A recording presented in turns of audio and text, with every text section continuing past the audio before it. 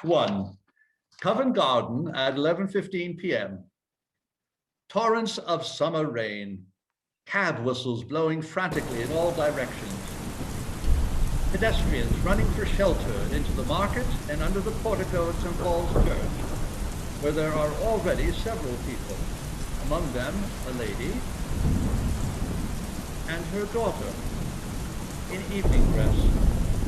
They are all peering out gloomily at the rain, except for one man with his back turned to the rest, who seems wholly preoccupied with a notebook in which he is writing busily. The church clock strikes the first quarter.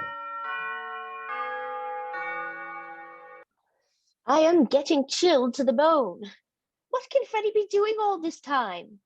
He's been gone 20 minutes. Oh, not so long, but he ought to have got a cab by this. He won't get no cab until after 11:30, missus, when they come back after dropping the theatre fares. Oh, but we must have a cab. We can't stand here till 11:30. It's too bad. Well, it ain't my fault, missus.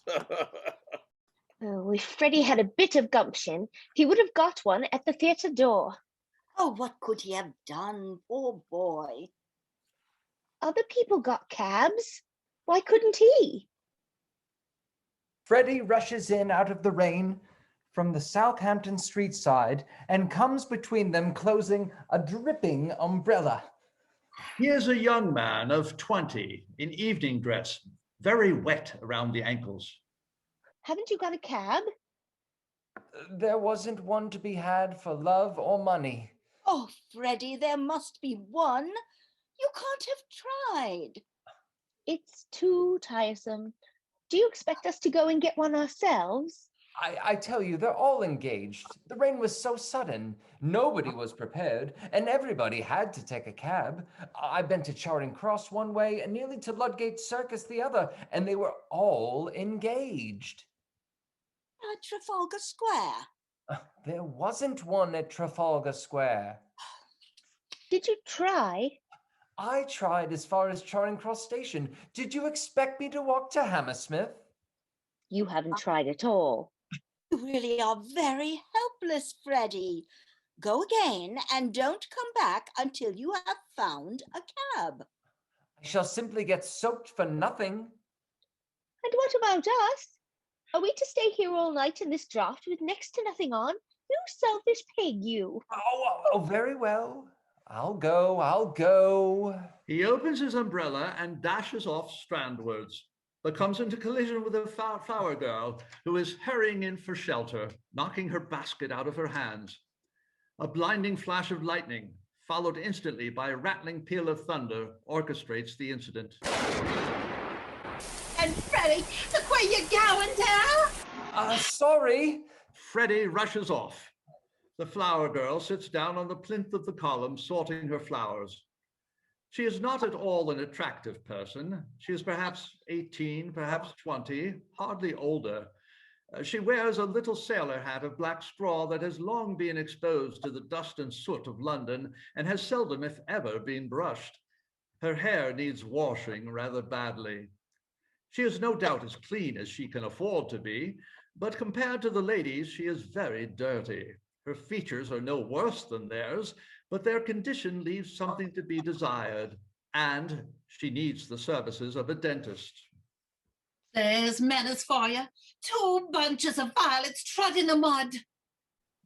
Oh, do you know my son's name is Freddy, pray? Oh, he's your son, is he? Well, if he done your duty and by his mother should, now you'd be better to spoil a poor girl's flowers than to run away without paying. Will you pay me for them? Do nothing of the sort, Mother. The idea. Please allow me, Clara. Have you any pennies? No, I've nothing smaller than a 6pence. I can give you change for half a town, a kind lady.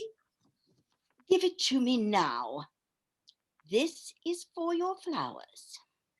Thank you, kind lady. Make her give you the change. These things are only a penny a bunch. You hold your tongue, Clara. You can keep the change. Oh, thank you, lady. Now, Tell me how you know that young gentleman's name. I didn't. Well, I heard you call him by it. Don't try to deceive me. Who's trying to deceive you? I called him Freddy or Charlie, same as you might yourself if you was talking to a stranger and wished to be pleasant. 6pence thrown away. Really, Mamma, you might have spared Freddy that.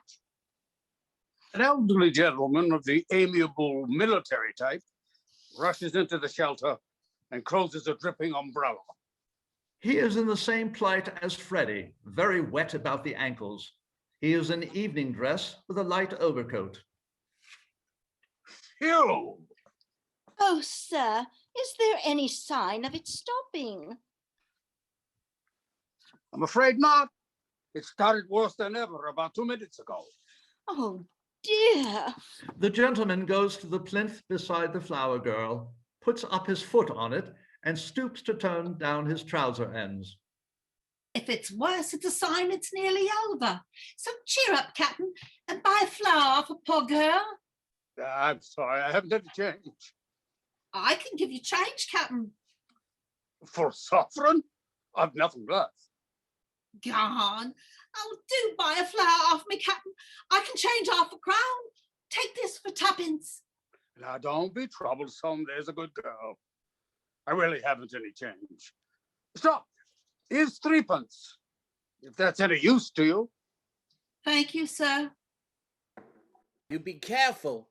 Give him a flower for it. There's a bloke there behind taking down every blessed word you're saying. I ain't done nothing wrong by speaking to the gentleman.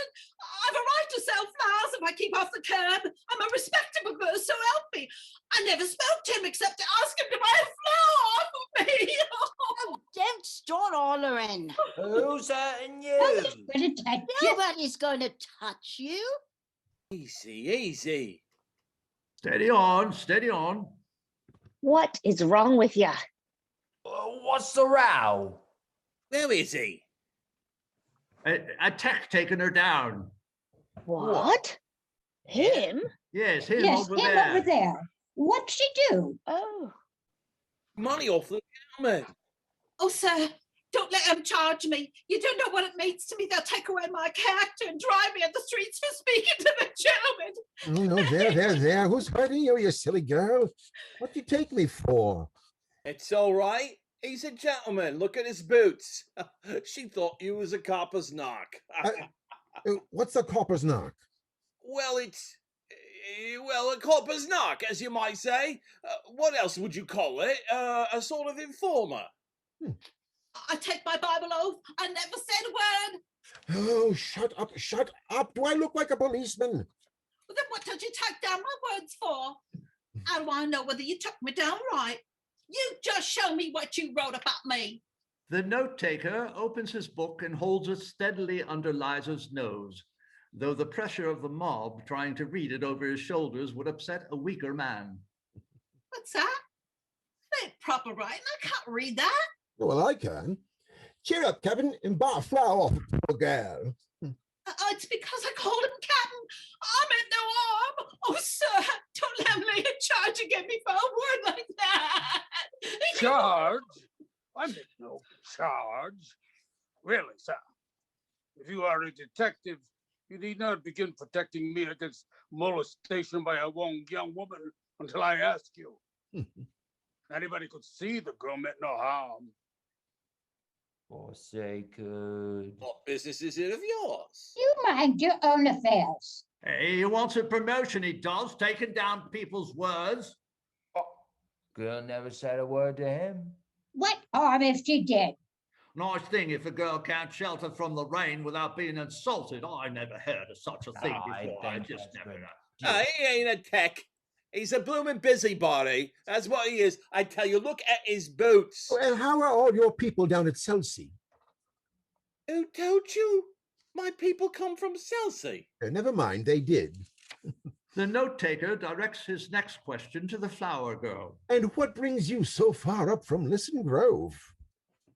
What harm is there in my leaving Listen Grove? It wasn't fit for a pig to live in, and I had to pay 4 and 6 a week. Well, live where you like, but stop that noise. Calm. He can't touch you. You have a right to live where you please. Oak Lane, for instance. I'd like to go to the housing question with you. I would. I'm a good girl, I am. You know where I come from. Hoxton. Well, who said I didn't? Blimey, you know everything, you do.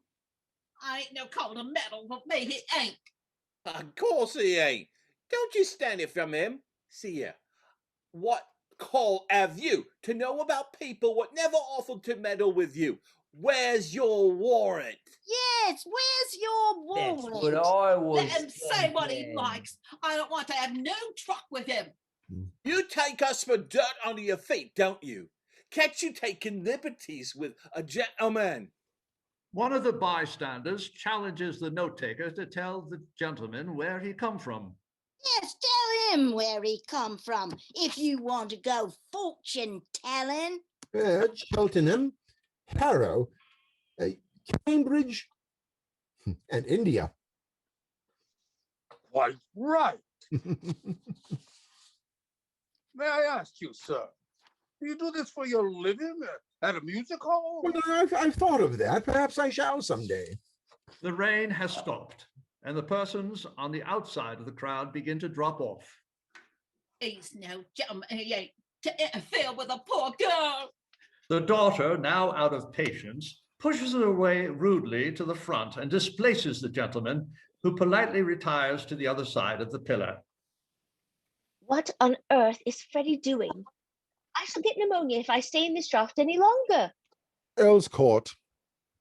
Will you please keep your impertinent remarks to yourself? Oh, did I say that out loud? I didn't mean to. Yeah, I beg your pardon. Your mother is Epsom, unmistakably. Very curious. I was brought up in Large Lady Park, near Epsom. What a devil of a name. Excuse me. You want a cab, do you? Don't dare speak to me. Oh, please, please, Clara. We would be so grateful to you, sir, if you found us a cab. The note-taker produces a whistle. Oh, thank you. There, I knowed he was a plainclothes man, copper. That ain't no police whistle. That's a sporting whistle. He's no right to take away my character. My character's assigned to me as any lady's. I don't know whether you've noticed it, but the rain has stopped about 2 minutes ago. So it has. Why didn't you say so before, and us losing our time listening to your silliness? Pah! I can tell where you come from. You come from Anwell. Go back there. Hanwell. Oh, thank you, teacher. So long. Frightening people like that. How would he like it himself? It's quite fine now, Clara. We can walk to the motor bus. Come. But the cab. Oh, how tiresome. The daughter follows the mother off angrily, and all the rest have gone except the note-taker, the gentleman, and the flower girl, who sits arranging her basket and still pitying herself in murmurs. Poor girl. I'd have had to live without being worried and chivied. How do you do it, if I may ask? Well, it's simply phonetics, the science of speech. That's my profession, and also my hobby. Happy is the man who can make a living by his hobby. You can spot an Irishman or a Yorkshireman by his brogue. I can place any man within 6 miles. I can place him within 2 miles in London, and sometimes within 2 streets. I'll be ashamed of himself, a manly coward. But is there a living in that? Oh, yes, quite a fat one. This is the age of upstarts. Man begins in Kentish Town with £80 a year and ends in Park Lane with 100,000. They want to drop the Kentish Town, but they give themselves away every time they open their mouths. Now, I can teach them. Let him mind his own business and leave a poor girl. A woman, cease this detestable boo-hooing instantly, or else Seek the shelter of some other place of worship. I've a right to be here if I like, same as you. Ah, a woman who utters such depressing and disgusting sounds has no right to live anywhere. No right to live. Remember that you are a human being with a soul and the divine gift of articulate speech, and that your native language is the language of Shakespeare and Milton and the Bible. Then don't sit there crooning like a bilious pigeon. The flower girl is quite overwhelmed and looks up at the note-taker in mingled wonder and deprecation without daring to raise her head. Oh, heavens, what a sound. He writes, then holds out the book and reads, reproducing her vowels exactly. Ow! God. You see this creature with her curbstone English? The English that will keep her in the gutter to the end of her days? Yeah. Well, sir, in 3 months, I could pass this girl off as a duchess at an ambassador's garden party. I could even get her a place as a lady's maid or a shop assistant, which requires better English. Yeah. What's that, you say? Yes, you squashed cabbage leaf. You disgrace to the noble architecture of these columns. You incarnate insult to the English language. I could pass you off as the Queen of Sheba. That's the sort of thing that I do for commercial purposes, and they're millionaires. And on the profits of it, I do genuine scientific work in phonetics, and a little as a poet on Miltonic lines. I am myself a student of Indian dialects. Oh, are you? Do you know Colonel Pickering, the author of Spoken Sanskrit? I am Colonel Pickering. Who are you? Oh, Henry Higgins, author of Higgins' Universal Alphabet. I came from India to meet you. I was going to India to meet you. Where do you live? 27A Wimpole Street. Come by and see me tomorrow. I'm at the Carlton. Come with me now, and let's have a jaw over some supper. Right you are. My flower, kind gentleman. I'm short for my lodging. I really haven't any change. I'm sorry. You liar. You said you could change half a crown. You ought to be stuffed with nails, you ought. Here, take the whole blooming basket for 6 pence. The church clock strikes the second quarter. Higgins hears in it the voice of God rebuking him for his Pharisaic want of charity to the poor girl. A reminder. He raises his hat solemnly, then throws a handful of money into the basket and follows Pickering. The flower girl picks up the half-crown. Ow! Several more coins. Ow! Ow! A half-sovereign. Freddy arrives and springs out of a taxicab. Got one at last. Hello. Where are the two ladies that were here? They walked to the bus when the rain stopped. And left me with a cab on my hands? Damnation. Never you mind, young man. I'm going home in a taxi. The flower girl sails off to the cab, but the driver puts up his hand behind him and holds the door firmly shut against her. Quite understanding his mistrust, she shows him her handful of money. 8 pence ain't no object to me, Charlie. The driver grins and opens the door. Angel Court, Drury Lane, round the corner of Mickey John's oil shop. Let's see how fast you can make her up it. Eliza gets in and pulls the door to with a slam as the taxicab starts. Well, I'm dashed.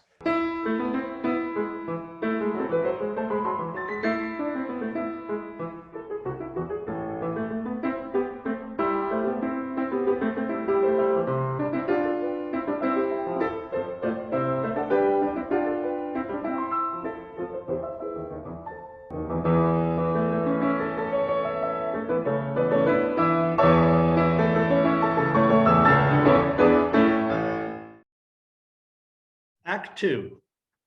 Next day at 11 a.m.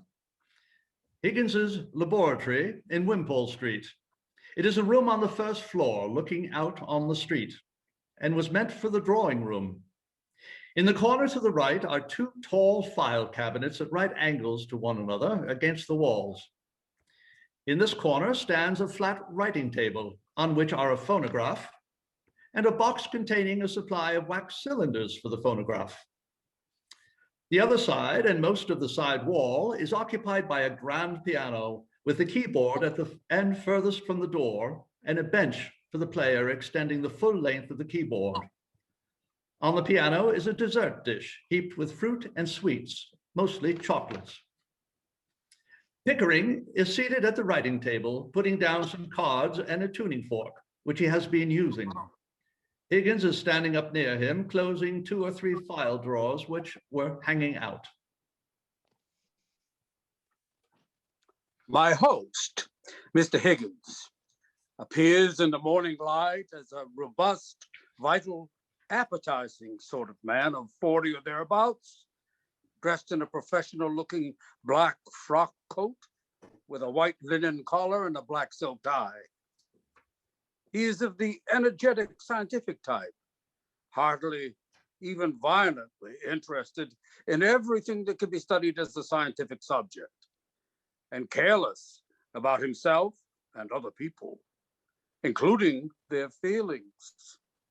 He is, in fact, but for his years and size, rather like a large, impetuous baby, taking notice eagerly and loudly, and requiring almost as much watching to keep him out of unintended mischief.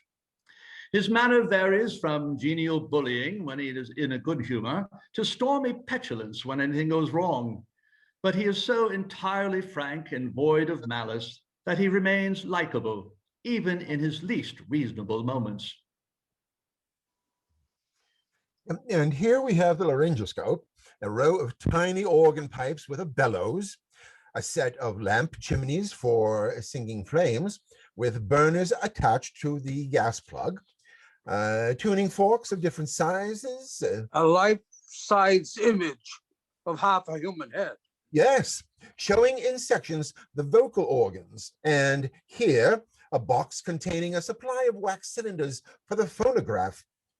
Well, I think that's the whole show. It's really amazing. I haven't taken half of it in, you know. Would you like me to go over it again? No, thanks. Not now. I'm quite done up for this morning. Tired of listening to sounds. It's a fearful strain. I rather fancied myself because I can pronounce 24 distinct vowel sounds, but your 130 beat me. I can't hear a bit of difference between most of them. Higgins chuckles, going over to the piano to eat sweets. Well, that comes with practice. You hear no differences at first, but you keep on listening, and presently you find they're all as different as A from B. Mrs. Pearce looks in. She is Higgins's housekeeper. What's the matter? A young woman wants to see you, sir. A young woman? Well, what does she want? Well, sir, she says you'll be glad to see her when you know what she's come about. She's quite a common girl, sir. Very common indeed. I should have sent her away, only I thought perhaps you wanted her to talk into your machines. I hope I've not done wrong.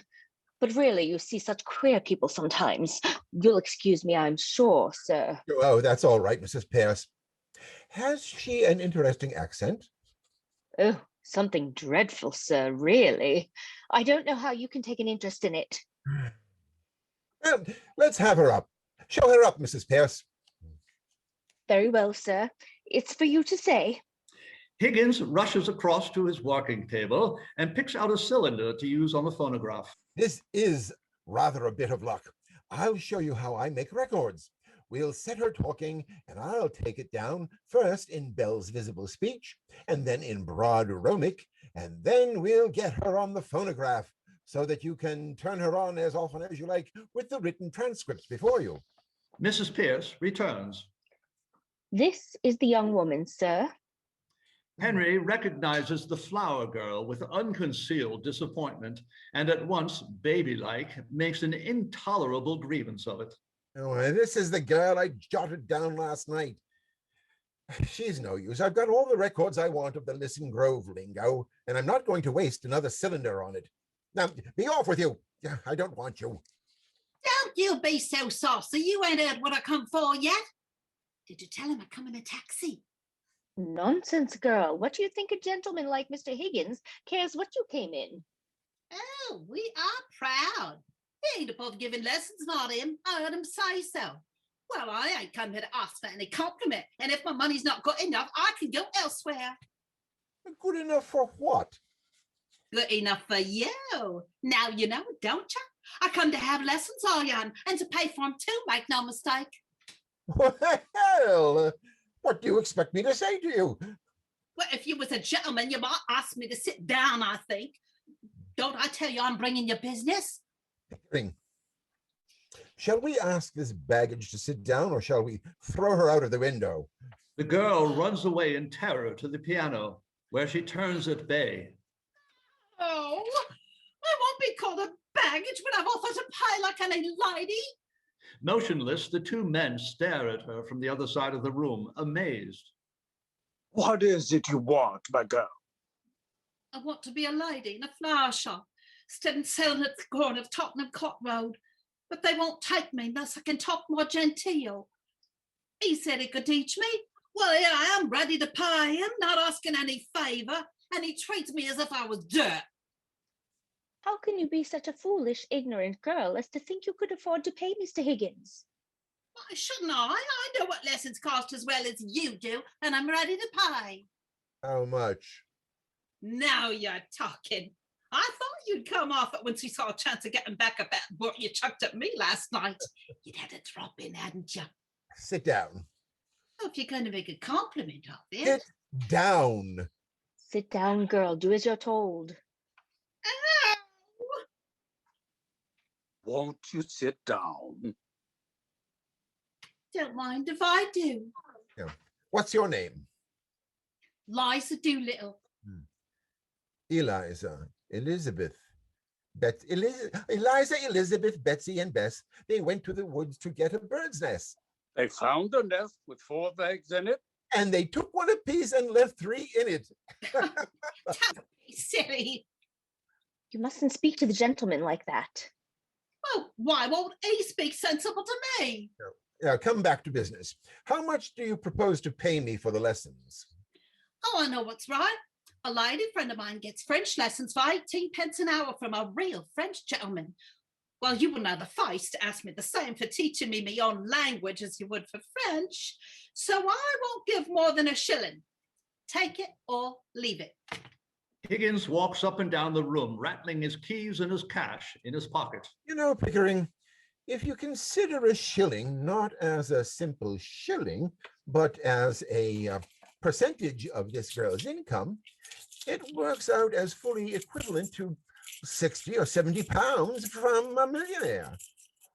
How so? Well, figure it out. A millionaire has about 150 pounds a day. She earns about half a crown. Who told you I owned it? She offers me 2/5 of her day's income for a lesson. 2/5 of a millionaire's income for a day would be somewhere around 60 pounds. Well, it's handsome. By George, it's enormous. It's the biggest offer I've ever had. 60 pounds? What are you talking about? I never offered you 60 pounds. Where would I get? Hold your tongue. But I ain't got 60 pounds. Oh. Don't cry, you silly girl. Sit down. Nobody's going to touch your money. Well, somebody is going to touch you with a broomstick if you don't stop sniveling. Now sit down. Oh, one would think it was my father. If I decide to teach you, I'll be worse than 2 fathers to you. Now here. Higgins offers her his silk handkerchief. What's this for? To wipe your eyes. To wipe any part of your face that feels moist. Remember, that's your handkerchief and that's your sleeve. Don't mistake the one for the other if you wish to become a lady in a shop. It's no use talking to her like that, Mr. Higgins. She doesn't understand you. Besides, you're quite wrong. She doesn't do it that way at all. Here, you gifted me that handkerchief. He gave it to me, not to you. He did. I think it must be regarded as her property, Mrs. Pearce. Serve you right, Mr. Higgins. Higgins, I'm interested. What about the ambassador's garden party? I'll say you're the greatest teacher alive if you make that good. I'll bet you all the expense of the experiment you can't do it. And I'll pay for the lessons. Oh, you're real good. Thank you, Captain. It's almost irresistible. She's so deliciously low, so horribly dirty. How? I ain't dirty. I washed my face and hands before. Come on, I did. You're certainly not going to turn her head with flattery, Higgins. Oh, don't say that, sir. There's more ways than one of turning a girl's head, and nobody can do it better than Mr. Higgins, though he may not always mean it. I do hope, sir, you won't encourage him to do anything foolish.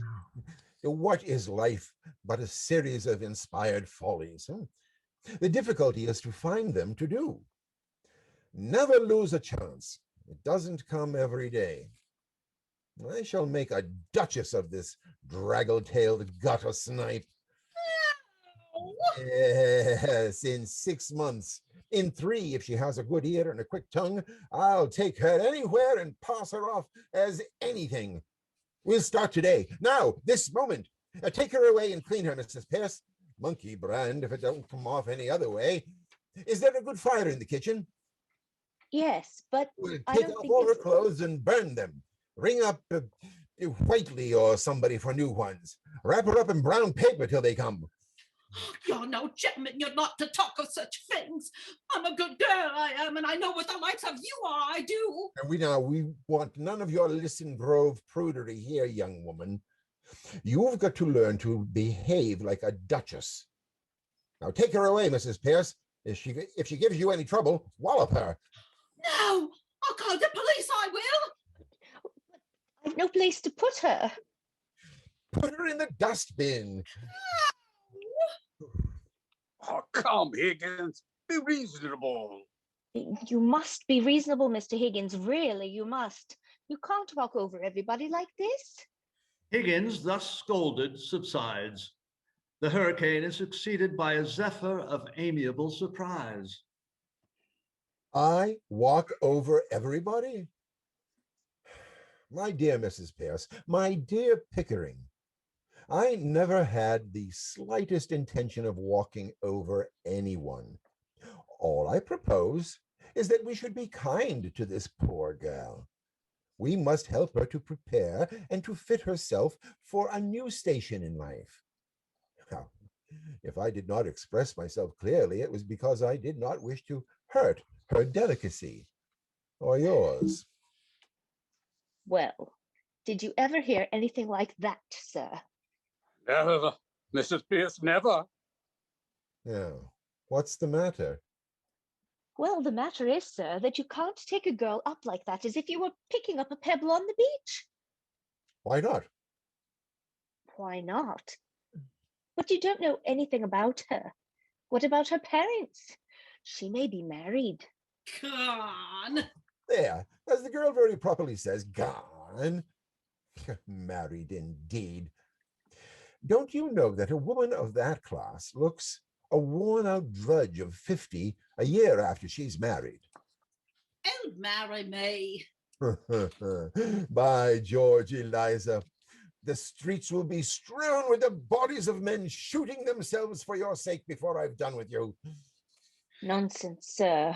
You mustn't talk like that to her. I'm going away.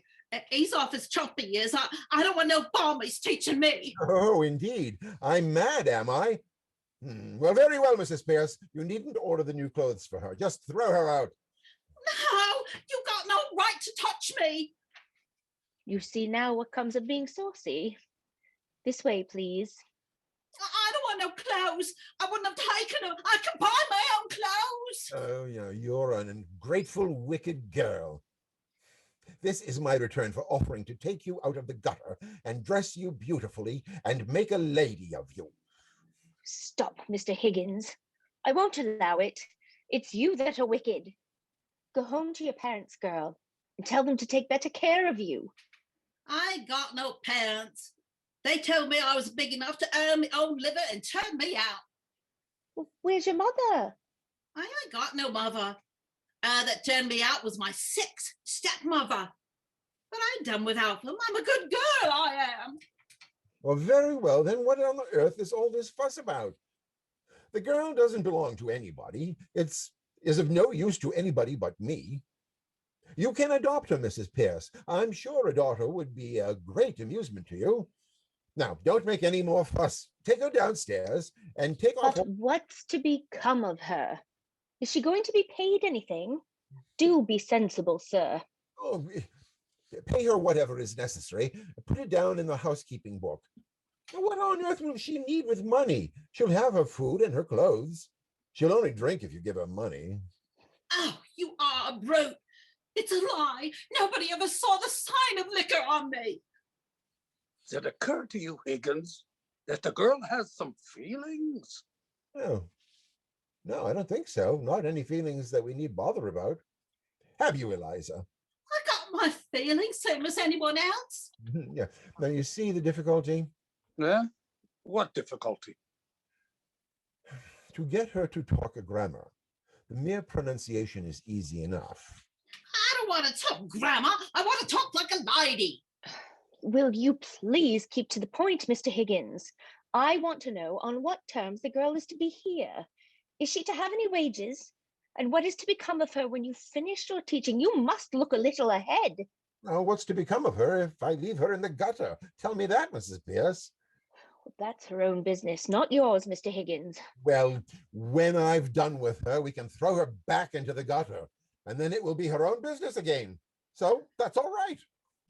Oh, you've no feeling at all, and you don't care for nothing but yourself. Yeah, I've had enough of this. I'm going. You ought to be ashamed of yourself. You are. Eliza begins to exit by passing the piano. Higgins snatches a chocolate cream from the dish on the piano, his eyes suddenly beginning to twinkle with mischief. Have some chocolates, Eliza. How do I know what might be in them? I've heard of girls being drugged by the like of you. Higgins whips out his penknife, cuts a chocolate in two, puts one half into his mouth and bolts it, and offers her the other half.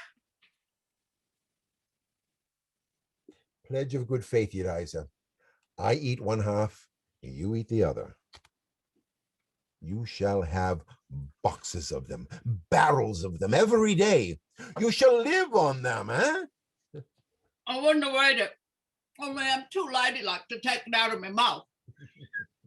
Listen, Eliza, I think you said you came in a taxi. Well, what if I did? I'm as good a right to take a taxi as anyone else. You have, Eliza, and in future you shall have as many taxis as you want. You shall go up and down and round the town in a taxi every day. Think of that, Eliza. Oh, Mr. Higgins, you're tempting the girl. It's not right. She should think of the future. At her age? Nonsense.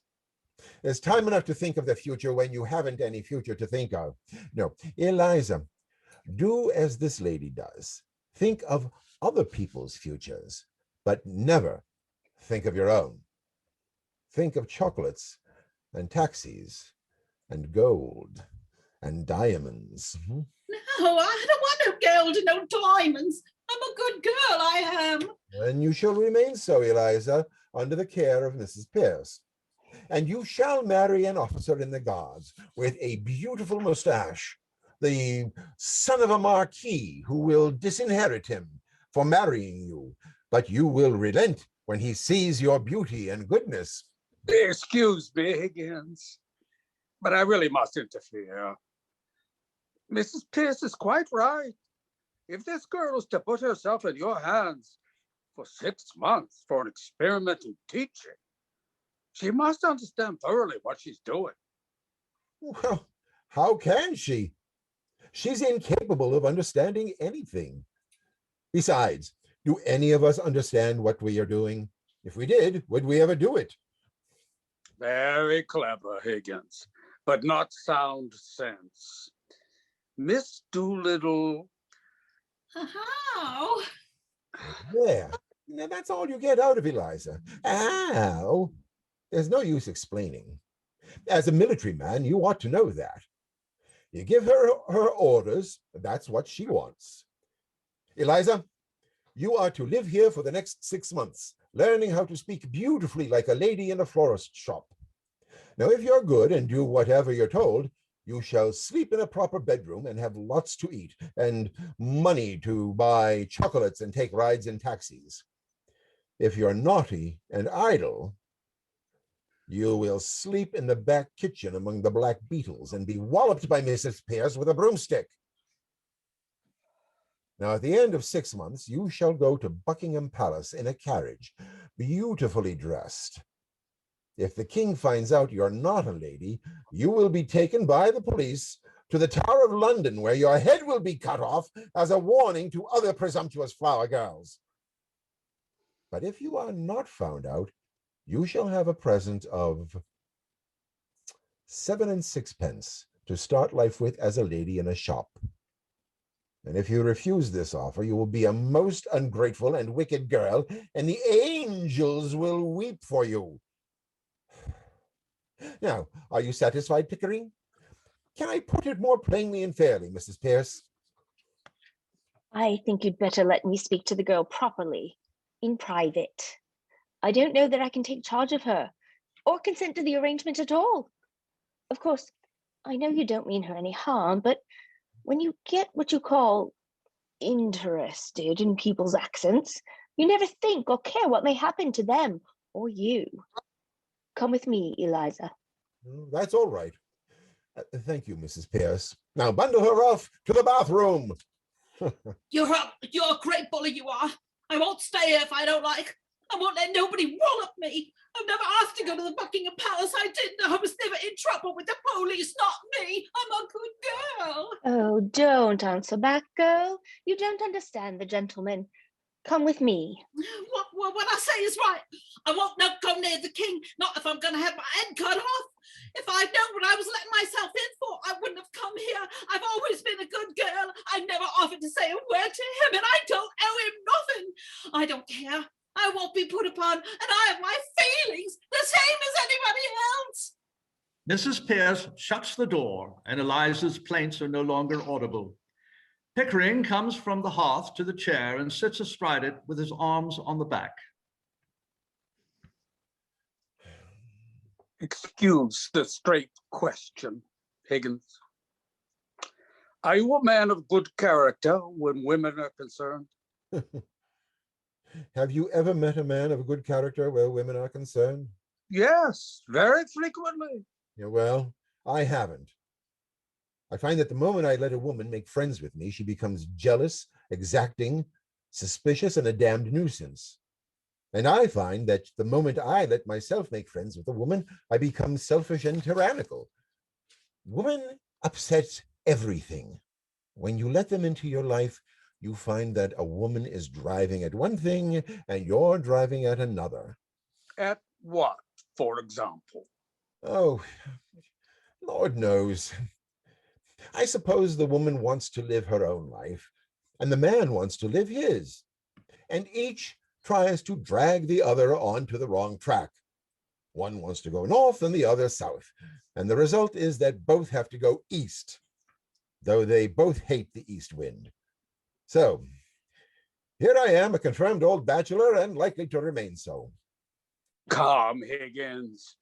You know what I mean. If I'm to be in this business, I shall feel responsible for that girl. I hope it's understood that no advantage is to be taken of her position. What? That thing? Sacred, I assure you. You see, she'll be a pupil, and teaching would be impossible unless pupils were sacred. Now, I've taught scores of American millionairesses how to speak English, the best-looking women in the world. I'm seasoned.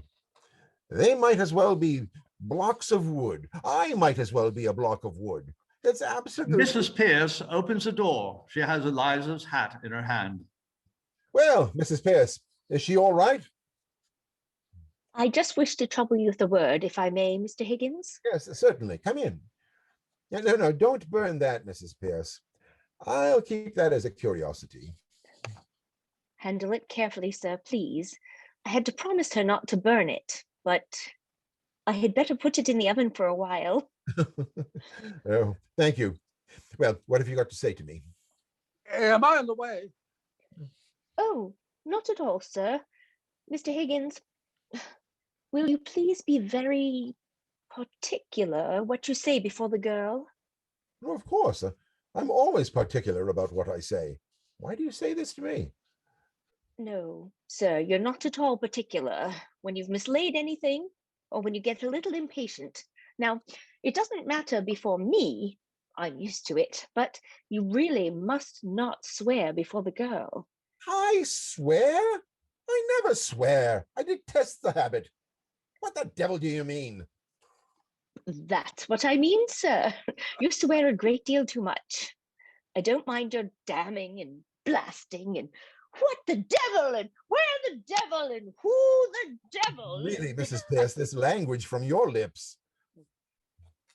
But there is a certain word I must ask you not to use. The girl has just used it herself because the bath was too hot. It begins with the same letter as B, as bath. She knows no better. She learned it at her mother's knee, but she must not hear it from your lips.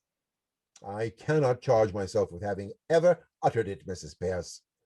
Well, except perhaps in a moment of extreme and justifiable excitement. Only this morning, sir, you applied it to your boots, to the butter, and to the brown bread. Oh, well, that.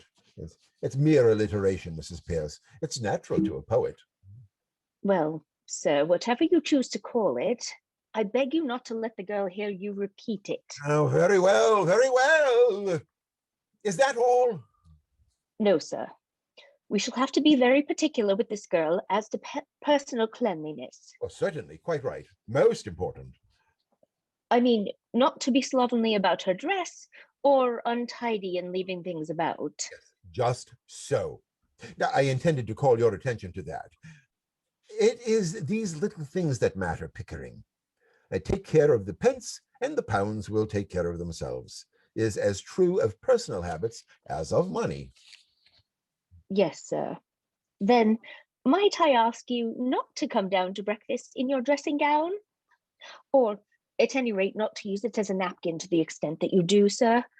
And if you would be so good as not to eat everything off the same plate, and to remember to put the porridge saucepan out of your hand on the clean tablecloth, it would be a better example to the girl. You know, you nearly choked yourself with a fishbone in the jam only last week.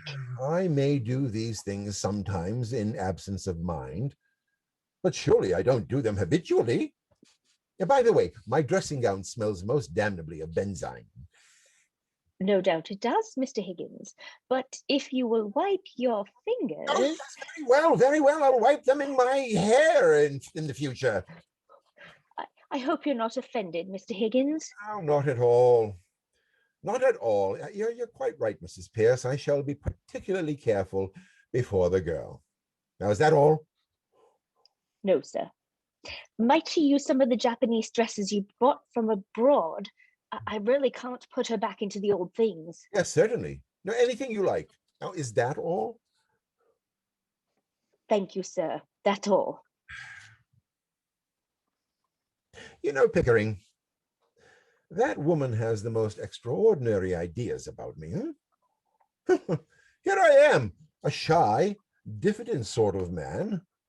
I've never been able to feel really grown up and tremendous like other chaps. And yet she's firmly persuaded that I am an arbitrary, overbearing, bossing kind of person. I can't account for it. Mrs. Pearce returns, quite unnerved. If you please, sir, the trouble's beginning already. There's a dustman downstairs, Alfred Doolittle, wants to see you. He says you have his daughter here. I say. Send the blackguard up. Oh, very well, sir. He may not be a blackguard, Higgins. Oh, nonsense. Of course he's a blackguard. Whether he is or not, I'm afraid we shall have some trouble with him. Oh, no, I think not. If there's any trouble, he shall have it with me, not I with him.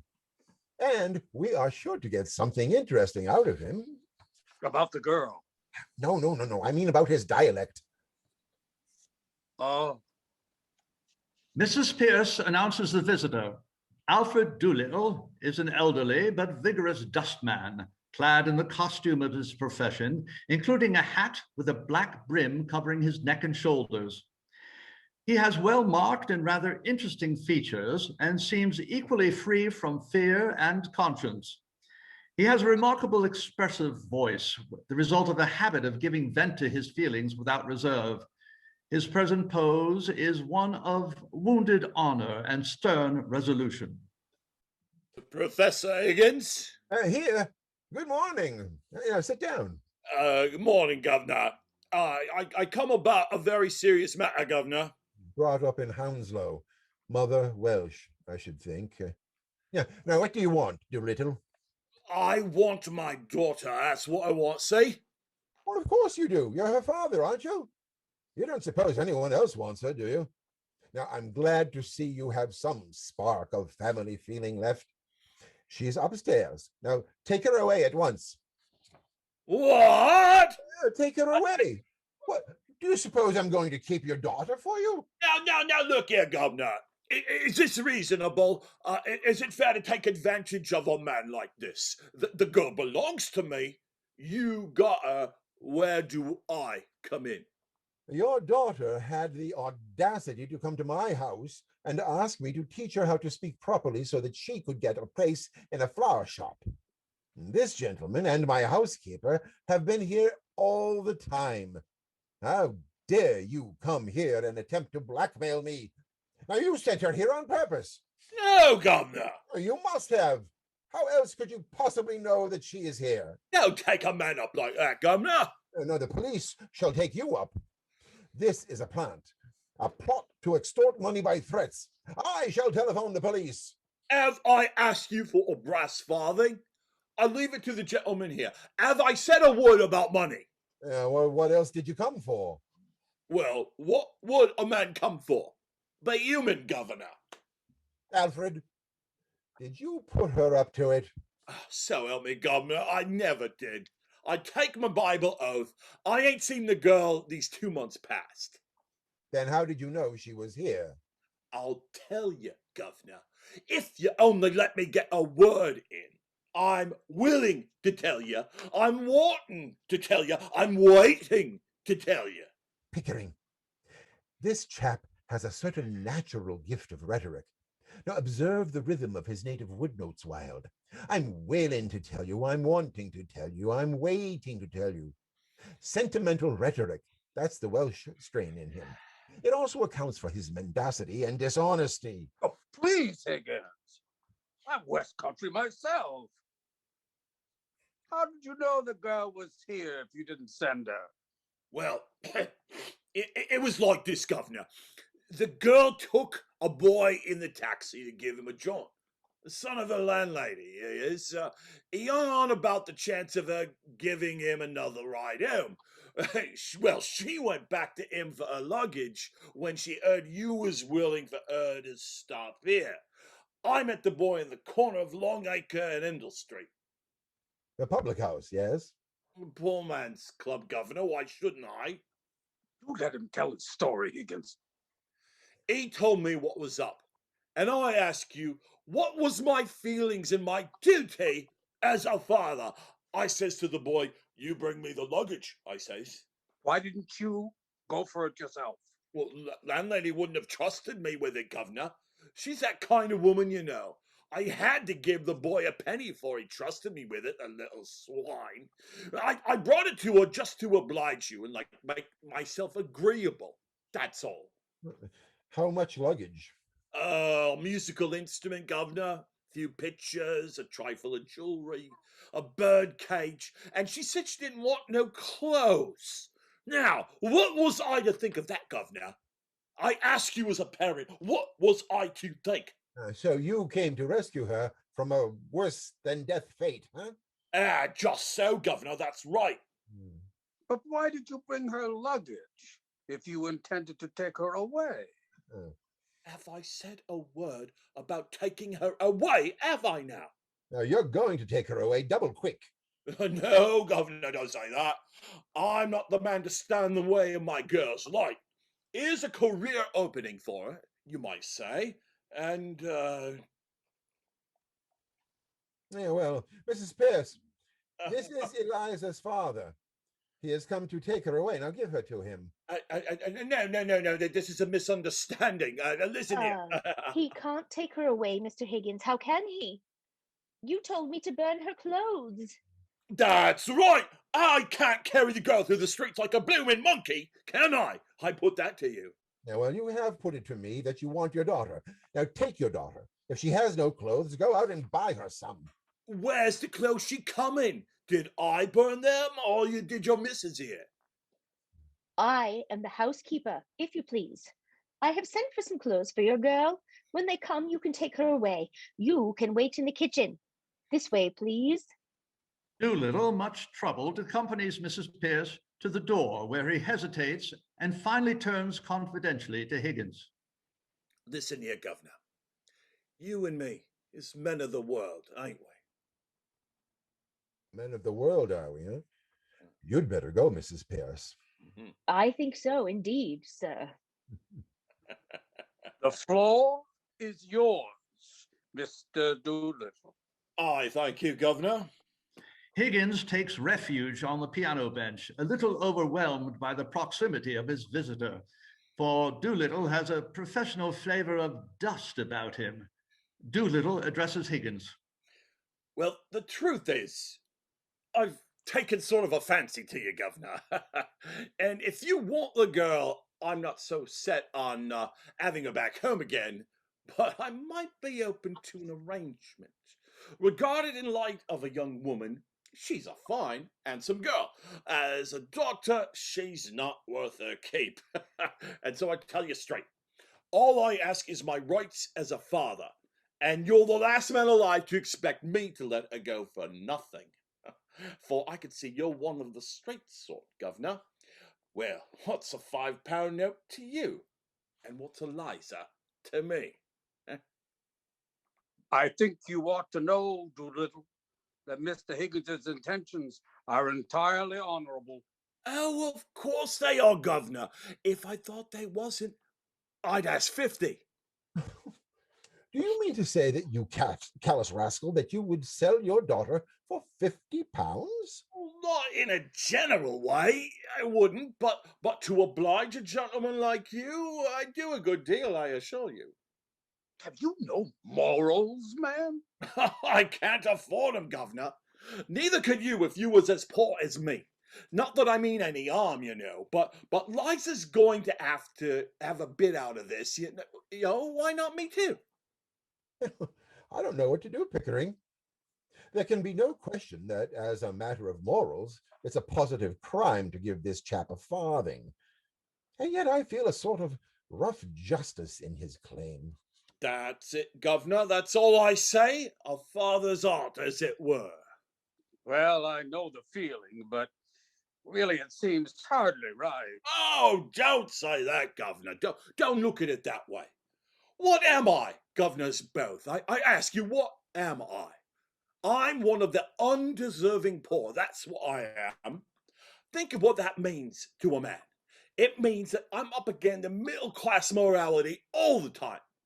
If there's anything going, and I put for a bit of it, it's always the same story. You're undeserving, so you can't have it. But my needs is as great as the most deserving widows that ever got money out of 6 different charities in 1 week for the death of the same husband. I don't need less than a deserving man. I need more. I want a bit of amusement, because I'm a thinking man. I want cheerfulness and a song and a band when I feel low. Well, they charge me just the same for everything as they charge the deserving. What is middle-class morality? Well, just an excuse for never giving me anything. Therefore, I ask you, as two gentlemen, not to play that game on me. I'm playing straight with you. I am pretending to be deserving. I'm undeserving. And I mean to go on being undeserving. I like it. And that's the truth. Will you take advantage of a man's nature to do him out of the price of his own daughter, what he's brought up and fed and clothed by the sweat of his brow, and she's all grown up big enough to be interesting to the two of you gentlemen? Is £5 unreasonable? I put it to you, and I leave it to you. Pickering, if we were to take this man in hand for 3 months, he could choose between a seat in the cabinet and a popular pulpit in Wales. What do you say to that, Doolittle? Oh, not me, Governor. Thank you kindly. I've heard all the preachers and the prime ministers, for I'm a thinking man. And the game for politics or religion or social reform, same as all the other amusements. And I tell you, it's a dog's life anyway, if you look at it. Undeserving poverty, that's my line. Taking one station in society with another. It's the only one that has any ginger in it, to my taste. I suppose we must give him a fiver, huh? He'll make a bad use of it, I'm afraid. Oh, not me, Governor. So help me, I won't. Don't you be afraid that I'll save it and spare it and live idle on it. There won't be a penny left by Monday. I'll have to go to work just the same as if I never had it. It won't pauperize me, you bet. Just one good spree for myself and the missus, giving pleasure to ourselves and employment to others, and satisfaction to you to think that it's not been thrown away. You couldn't spend it better. This is irresistible. Let's give him 10. Oh, no, Governor, no. I shouldn't have the art to spend 10, and perhaps I shouldn't neither. £10 is a lot of money. It makes a man feel prudent, like. Then goodbye happiness. You give me what I ask, Governor. Not a penny more, not a penny less. Why don't you marry that missus of yours? I rather draw the line at encouraging that sort of immorality. No, tell us so, Governor. Tell us so. I'm willing. It's me that suffers by it. I've no hold on her. I've got to be agreeable to her. I got to give her presents. I got to buy her clothes, something sinful. I'm a slave to that woman. Just because I'm not her lawful husband, Governor, and she knows it too. Catch her marrying me. Take my advice, Governor. Marry Eliza while she's young and don't know no better. You won't. If you don't, you'll be sorry for it after. If you do, she'll be sorry for it after. But better you than her, because you're a man and she's only a woman and don't know how to be happy anyhow. Pickering, if we listen to this man another minute, we shall have no convictions left. £5, I think you said. Thank you kindly, Governor. You're sure you won't take 10? Oh, not now. Another time, Governor. Well, then here you are. Thank you, Governor. Good morning. He hurries to the door, anxious to get away with his booty. When he opens it, he is confronted with a dainty and exquisitely clean young Japanese lady in a simple blue kimono, printed cunningly with small white jasmine blossoms. Mrs. Pearce is with her. Doolittle gets out of her way deferentially and apologizes. Beg pardon, madam. Oh, don't you know your own daughter? Right. Blimey! It's Eliza! Silly? I look silly. No, silly, no. Now, Mr. Higgins, please don't say anything to make the girl conceited about herself. Oh, quite right, Mrs. Pearce. Yes, damned silly. Please, sir. No. I mean, extremely silly. I should look all right with my hat on. Liza takes up her hat, puts it on, and walks across the room to the fireplace with a fashionable air. Oh, a new fashion, by George. And it ought to look horrible. I never thought she'd clean up as good looking as that, Governor. She's a credit to me, ain't she? I tell you, it's easy to clean up here. Hot and cold water on tap, just as much as you like there is. Woolly towels there is, and a towel all so hot it burns your fingers. Soft brushes to scrub yourself in a wooden barrel of soap, smelling like primroses. Now I know why ladies are so clean. Washing's a treat for them. Wish they saw what it is for the like of me. Well, I'm glad the bathroom met with your approval. It didn't, not all of it, and I don't care who hears me say it. Mrs. Pearce knows. What was wrong, Mrs. Pearce? Oh, nothing, sir. It doesn't matter. I had a good mind to break it. I didn't know which way to look, but I hung a towel over it, I did. Oh, for what? Over the looking glass, sir. Doolittle, you have brought your daughter up too strictly. Me? Ha! I never brought her up at all, except to give her a lick of the strap now and again. Don't put that on me, Governor. She ain't accustomed to it, you see. That's all. But soon she'll pick up on your free and easy ways. I'm a good girl, I am. I won't pick up no free and easy ways. Eliza, if you say again that you're a good girl, your father shall take you home. Not him. You don't know my father. All he come here for was to touch you for some money to get drunk on. Well, what else would I want money for? To put in the plate at church, I suppose. And don't you give me none of your lip, young lady. Now, don't you let me hear you giving the gentleman any of it, neither. You'll hear from me about it, see? Have you any further advice to give her before you go? Doolittle, your blessing, for instance? Oh, no, Governor. I ain't no such a mug to put my children up to all I know myself. Not enough to hold them without that. If you want Eliza's mind improved, Governor, you do it yourself with a strap. So long, gentlemen. No, stop. You'll come regularly to see your daughter. It's your duty, you know. And my brother is a clergyman, and he could help you in your talks with her. Certainly. I'll come, Governor. Just not this week, because I've got a job at a distance. But later, you may depend on me. Afternoon, gentlemen. Afternoon, ma'am. Doolittle tips his hat to Mrs. Pearce, who disdains the salutation and goes out. He winks at Higgins, thinking him probably a fellow sufferer from Mrs. Pearce's difficult disposition, and then follows her out. Don't you believe the old liar? He'd as soon set your bulldog on him as a clergyman. You won't see him again in a hurry. All right, I don't want to, Eliza. Do you? Not me. I don't want to never see him again. He's a disgrace to me. Collecting dust instead of working at his trade. What is his trade, Eliza?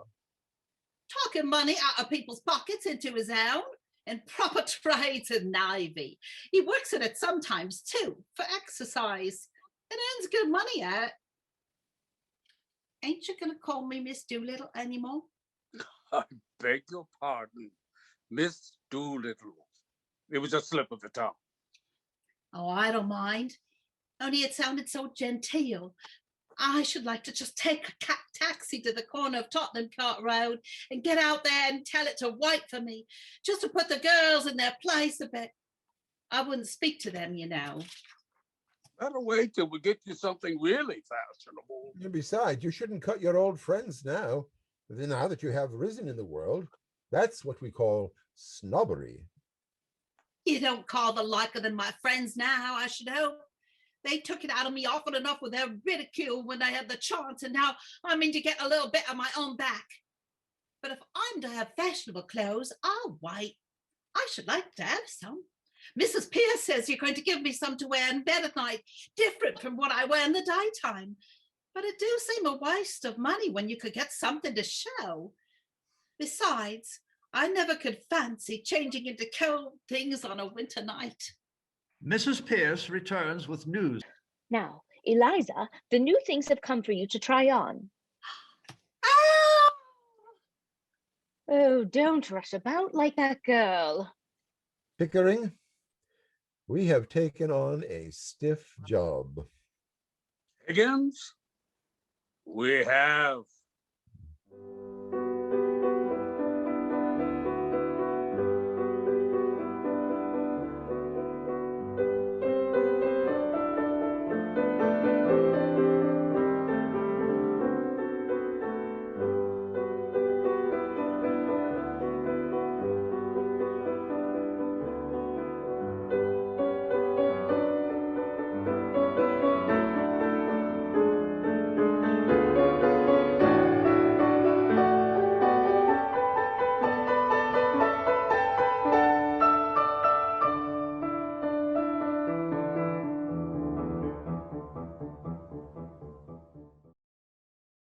Act 3. It is Mrs. Higgins's at-home day. Nobody has yet arrived. It is between 4 and 5 in the afternoon. The door is opened violently, and Higgins enters with his hat on. Henry, what are you doing here today? As he bends to kiss her, she takes his hat off and presents it to him. It is my at-home day. You promised not to come. Go home at once. No bother. I know, Mother. I came on purpose. But you mustn't. I'm serious, Henry. You offend all my friends. They stop coming whenever they meet you. Oh, nonsense. I know I have no small talk, but people don't mind. Oh, don't they? Small talk indeed. What about your large talk? Really, dear, you mustn't stay. No, I must. I have a job for you, a phonetic job. No use, dear. I'm sorry, but I can't get around your vowels. And though I like to get pretty postcards in your patent shorthand, I always have to read the copies in ordinary writing you so thoughtfully send me. Well, this isn't a phonetic job. You said it was. Well, not your part of it. You see, I've picked up a girl. Does that mean that some girl has picked you up? No, not at all. No, I don't mean a love affair. What a pity. Why? Well, you never fall in love with anyone under 45. When will you discover that there are some rather nice-looking young women about? I can't be bothered with young women. My idea of a lovable woman is something as like you as possible. I shall never get into the way of seriously liking young women. Some habits lie too deep to be changed. Besides, they're all idiots. Higgins rises abruptly and walks about, jingling his money and his keys in his trouser pockets. Do you know what you would do if you really loved me, Henry? Oh, bother. What? Marry, I suppose. No, stop fidgeting and take your hands out of your pockets. That's a good boy. Now tell me about the girl. Well, she's coming to see you. I don't remember asking her. Well, you didn't. No, I asked her. If you'd known her, you wouldn't have asked her. Indeed? Why? Well, it's like this. She's a common flower girl. I picked her off the curbstone. And invited her to my at home? Oh, if that'll be all right. Look, I've taught her to speak properly, and she has strict orders as to her behavior. She's to keep to 2 subjects, the weather and everybody's health. Fine day and how do you do, you know, and not let herself go on about things in general, and that'll be safe. Safe? To talk about our health, about our insides, perhaps about our outsides? How could you be so silly, Henry? Well, she must talk about something. She'll be all right. Now, don't you fuss. Pickering is in it with me. I've sort of bet on that I'll pass her off as a duchess in 6 months. I started on her some months ago, and she's getting on like a house afire. I shall win my bet.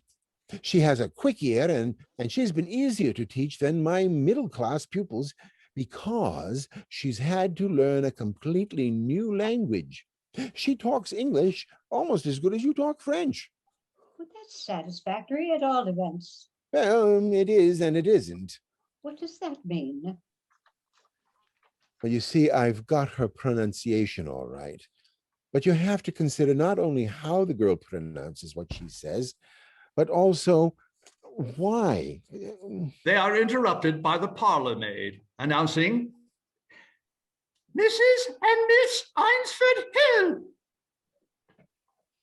The mother is well-bred, quiet, and has the habitual anxiety of straitened means.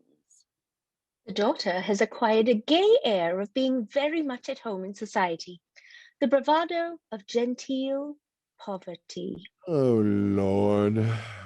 How do you do? How do you do? My son, Henry.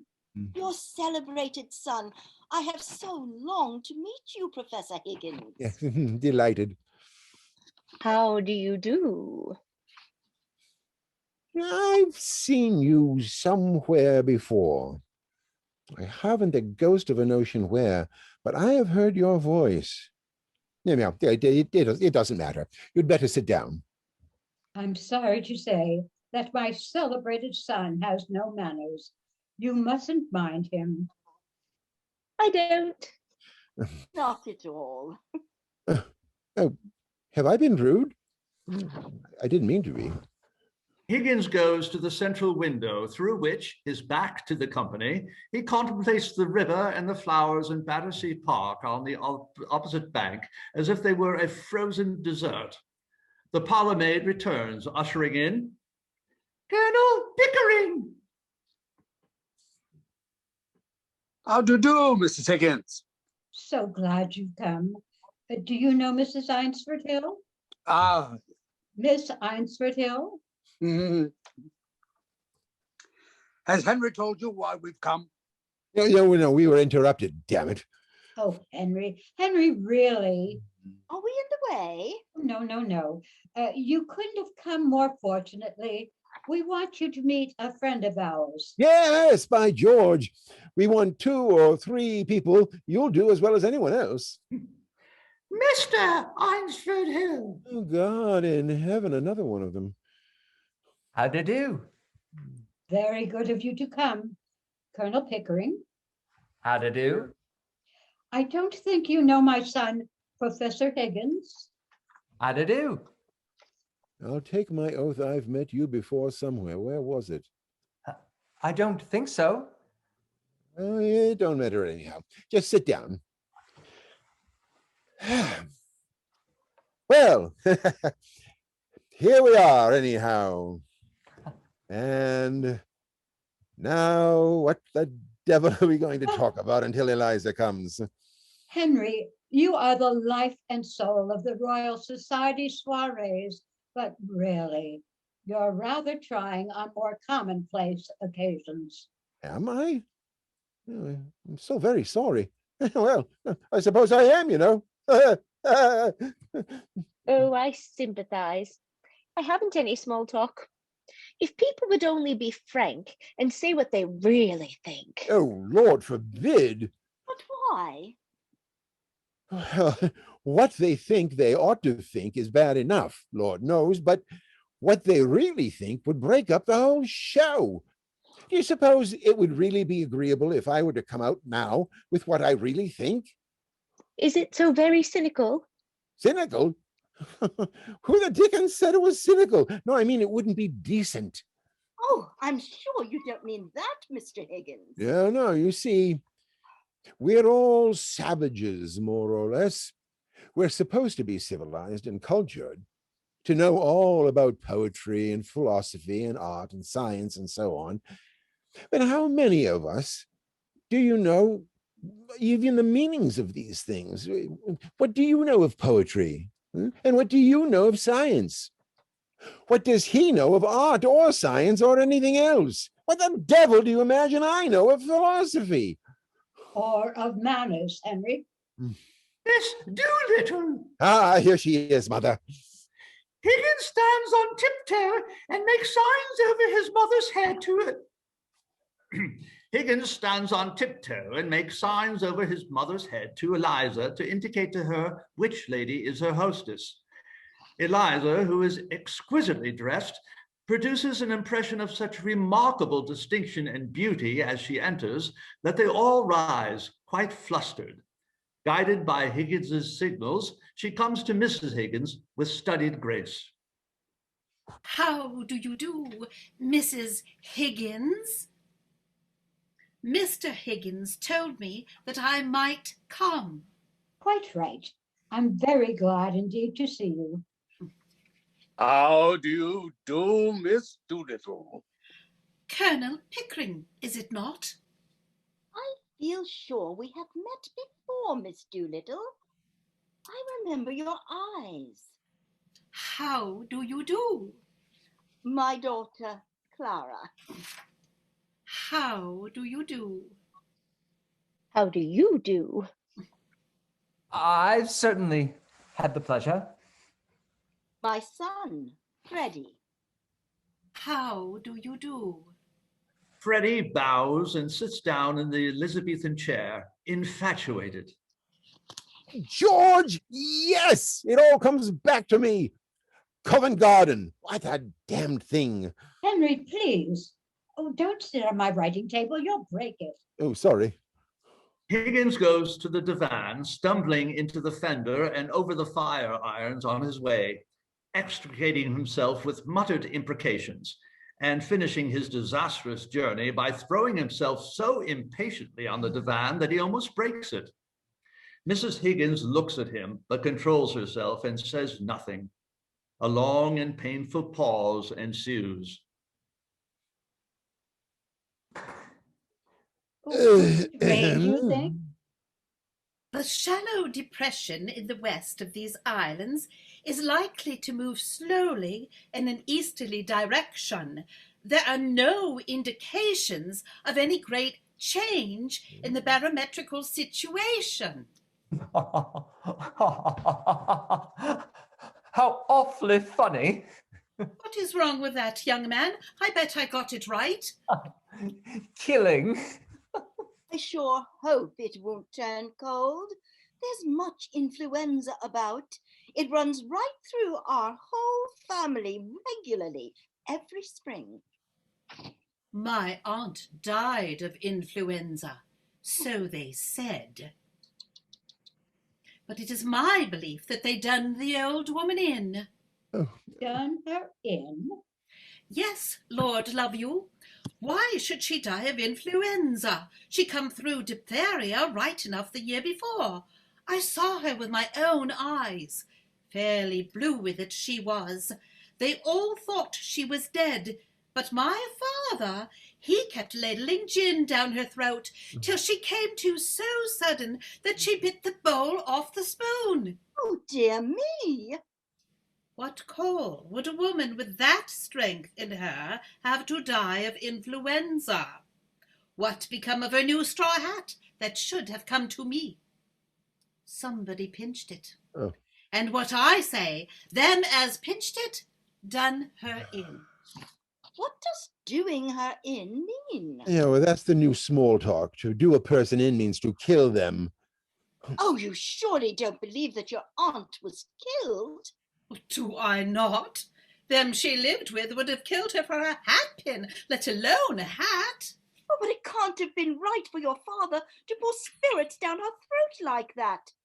It might have killed her. Not her.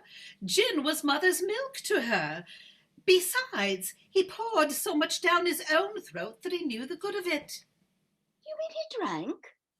Drank? My word, something chronic. Oh, how dreadful for you. Not a bit. It never did him no harm, what I could see, but then he did not keep it up regular. On the burst, as you might say from time to time, and always more agreeable when he'd had a drop in.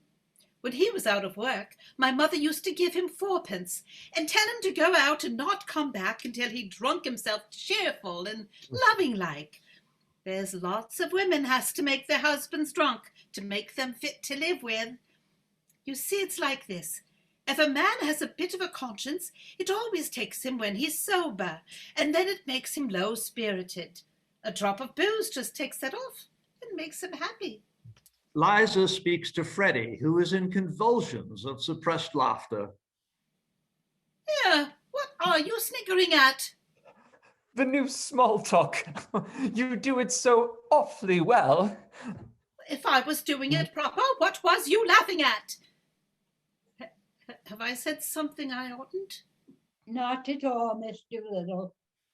Well, that's a mercy anyhow. What I always say Well, is... yeah. Oh, Well, I must go. So pleased to have met you, Mrs. Higgins. Goodbye. Goodbye. Goodbye, Colonel Pickering. Goodbye, Miss Doolittle. Goodbye, all. Are you walking across the park, Miss Doolittle? If so... Walk? Not bloody likely. I'm going in a taxi.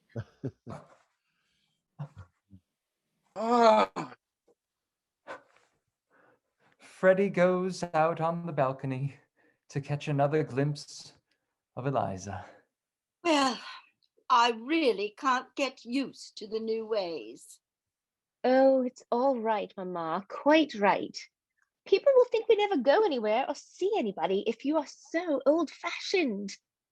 Well, I dare say I am very old-fashioned, but I do hope you won't begin using that expression, Clara. I have got accustomed to hearing you talking about men as rotters and calling everything filthy and beastly, though I do think it terribly unladylike and horrible. But this last is really too much. Don't you think so, Colonel Pickering? Oh, don't ask me. I've been away in India for several years. The manners have changed so much that I sometimes don't know whether I'm at a respectable dinner table or a ship's forecastle.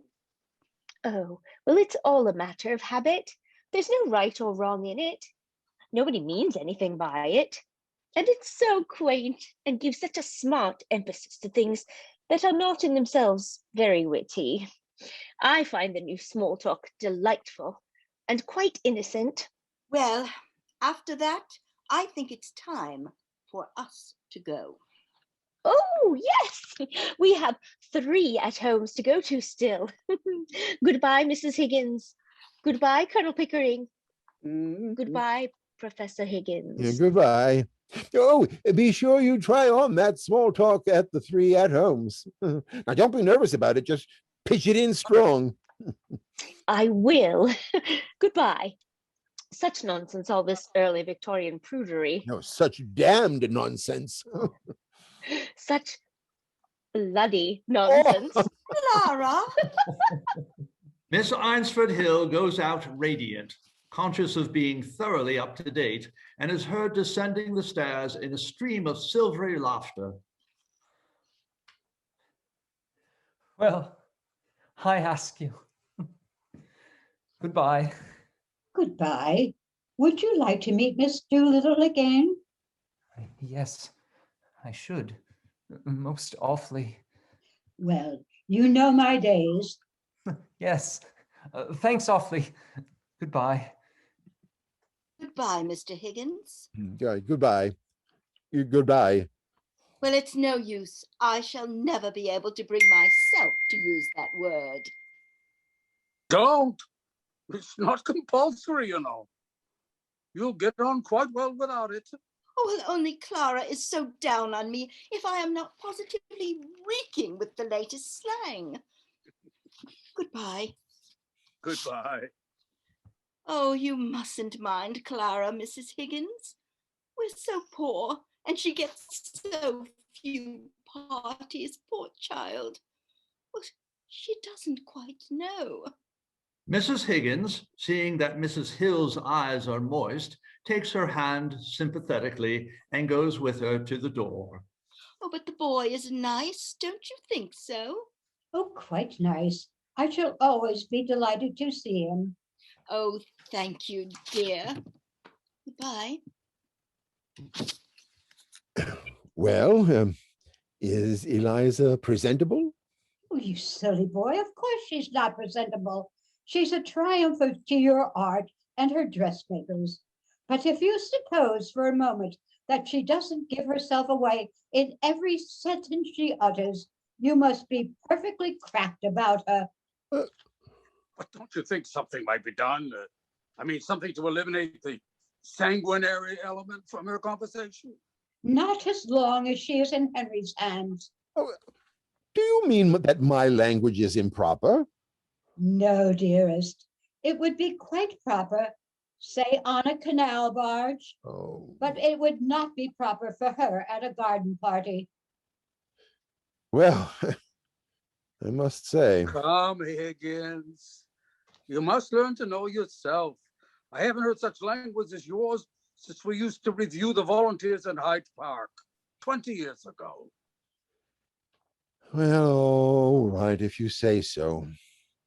I suppose I don't always talk like a bishop. Colonel Pickering, will you tell me what is the exact state of things in Wimpole Street? Well, I've come to live there with Henry. We work together on my Indian dialects. We think it more convenient to Oh, quite stay together. so. I know all about that. It's an excellent arrangement. But where does the girl live? Well, with us, of course. Where would she live? But on what terms? Is she a servant? If not, what is she? I think I know what you mean, Mrs. Higgins. Well, dash me if I do. I've had to work at the girl every day for months to get her to her present pitch. Besides, she's useful. She knows where my things are and remembers my appointments and so forth. How does your housekeeper get on with her? Oh, Mrs. Pearce?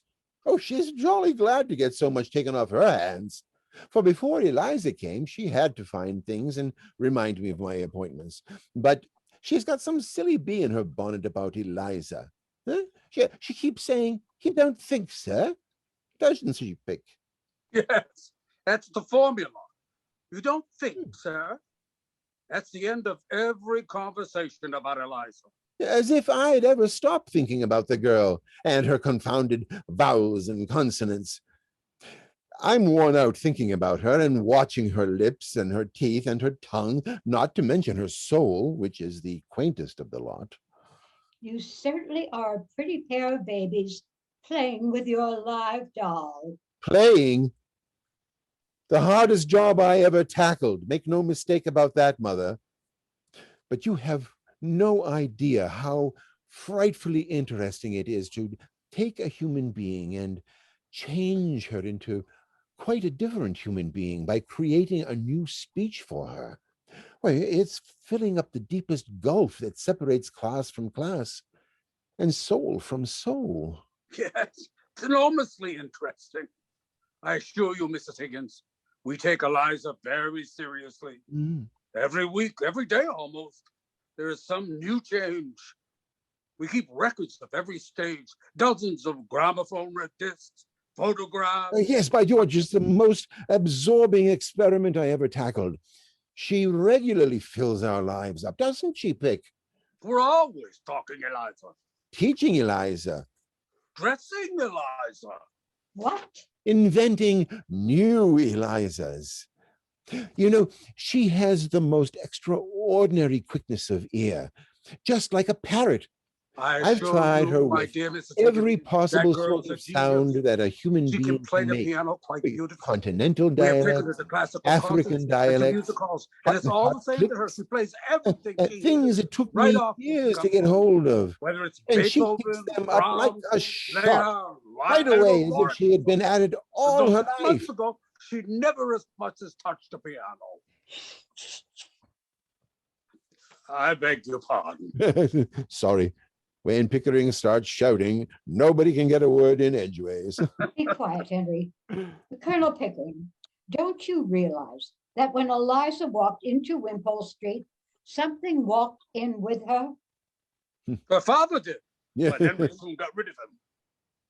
It would have been more to the point if her mother had, but as her mother didn't, something else did. But what? A problem. Oh, I see. The problem of how to pass her off as a lady. No, I'll solve that problem. I've half solved it already. No, you two infinitely stupid male creatures.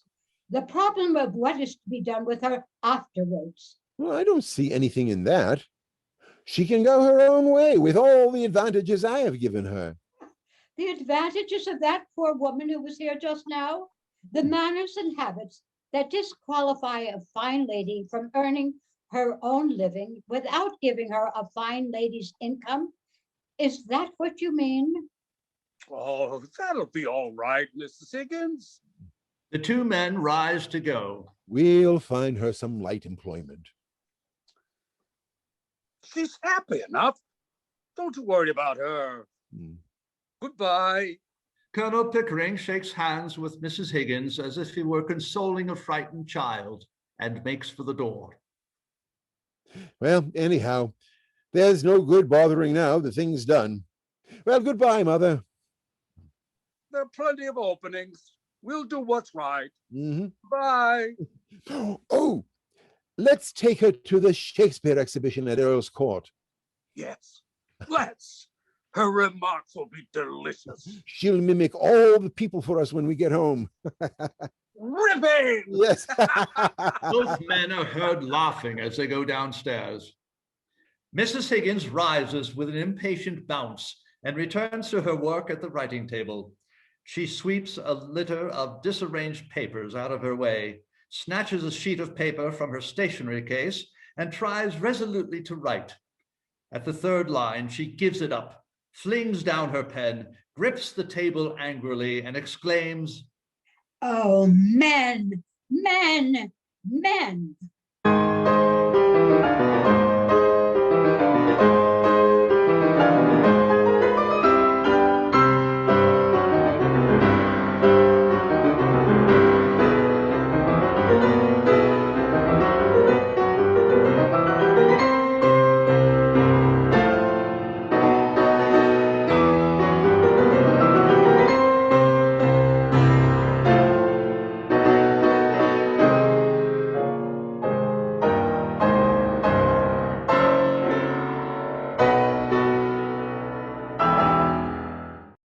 Act 4. The Wimpole Street Laboratory of Professor Henry Higgins. It is midnight. Nobody in the room. The clock on the mantelpiece strikes 12. The fire is not alight. It is a summer night. Presently, Higgins and Pickering are heard on the stairs. Higgins calling down to Pickering. I say, Pick, lock up, will you? I shan't be going out again. Bye. Can Mrs. Pearce go to bed? We don't want anything more, do we? Lord, no. Eliza opens the door and is seen on the lighted landing in opera cloak, brilliant evening dress, and diamonds, with fan, flowers, and all accessories. She comes to the hearth and switches on the electric lights there. She is tired.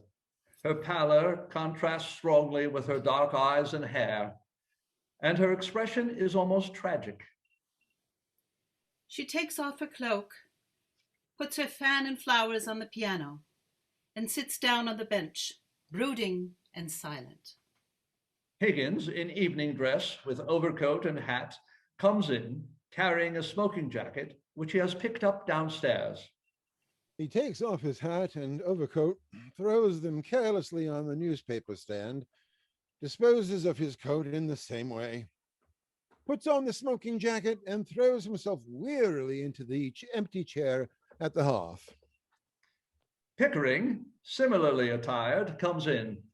He also takes off his hat and overcoat and is about to throw them on Higgins's when he hesitates. I say, Mrs. Pearce will row if we leave these things lying about in the drawing room. Oh, just chuck them over the banisters into the hall. Should find them in the morning and put them away all right. She'd think we were drunk. We are slightly. Are there any letters? No, I didn't look. Pickering takes the overcoats and hats and goes downstairs to check the letterbox. Higgins begins half singing, half yawning an air from La Funicular del Golden West. Suddenly, he stops and exclaims, I wonder where the devil my slippers are. Eliza looks at him darkly, then leaves the room. Pickering returns with the contents of the letterbox in his hand. Only circulars. And it's coroneted billet doux for you. Pickering throws the circulars into the fender. Higgins glances at the billet doux. Yeah, moneylender. He throws the letter into the fender after the circulars. Eliza returns with a pair of large, down-at-heel slippers. She places them on the carpet before Higgins and sits as before, without a word. Oh, Lord, what an evening, huh? What a crew, what a silly tomfoolery. He raises his shoe to unlace it and catches sight of the slippers. He stops unlacing and looks at them as if they had appeared there of their own accord. Oh, there they are they? Well, I feel a bit tired. It's been a long day. The garden party, a dinner party, and the opera. Rather too much of a good thing. But you've won your bet, Higgins. Eliza did the trick. And something to spare, huh? Yeah, thank God it's over. Eliza flinches violently, but the men take no notice of her, and she recovers herself and sits stonily as before. Were you nervous at the garden party? I was. Eliza didn't seem a bit nervous. Oh, she wasn't nervous. I knew she'd be all right. No, it's the strain of putting the job through all these months that has told on me. It was interesting enough at first while we were at the phonetics, but after that I got deadly sick of it. If I hadn't backed myself to do it, I should have chucked the whole thing up 2 months ago. No. It was a silly notion. The whole thing has been a bore. Oh, come. The party was frightfully exciting. Oh.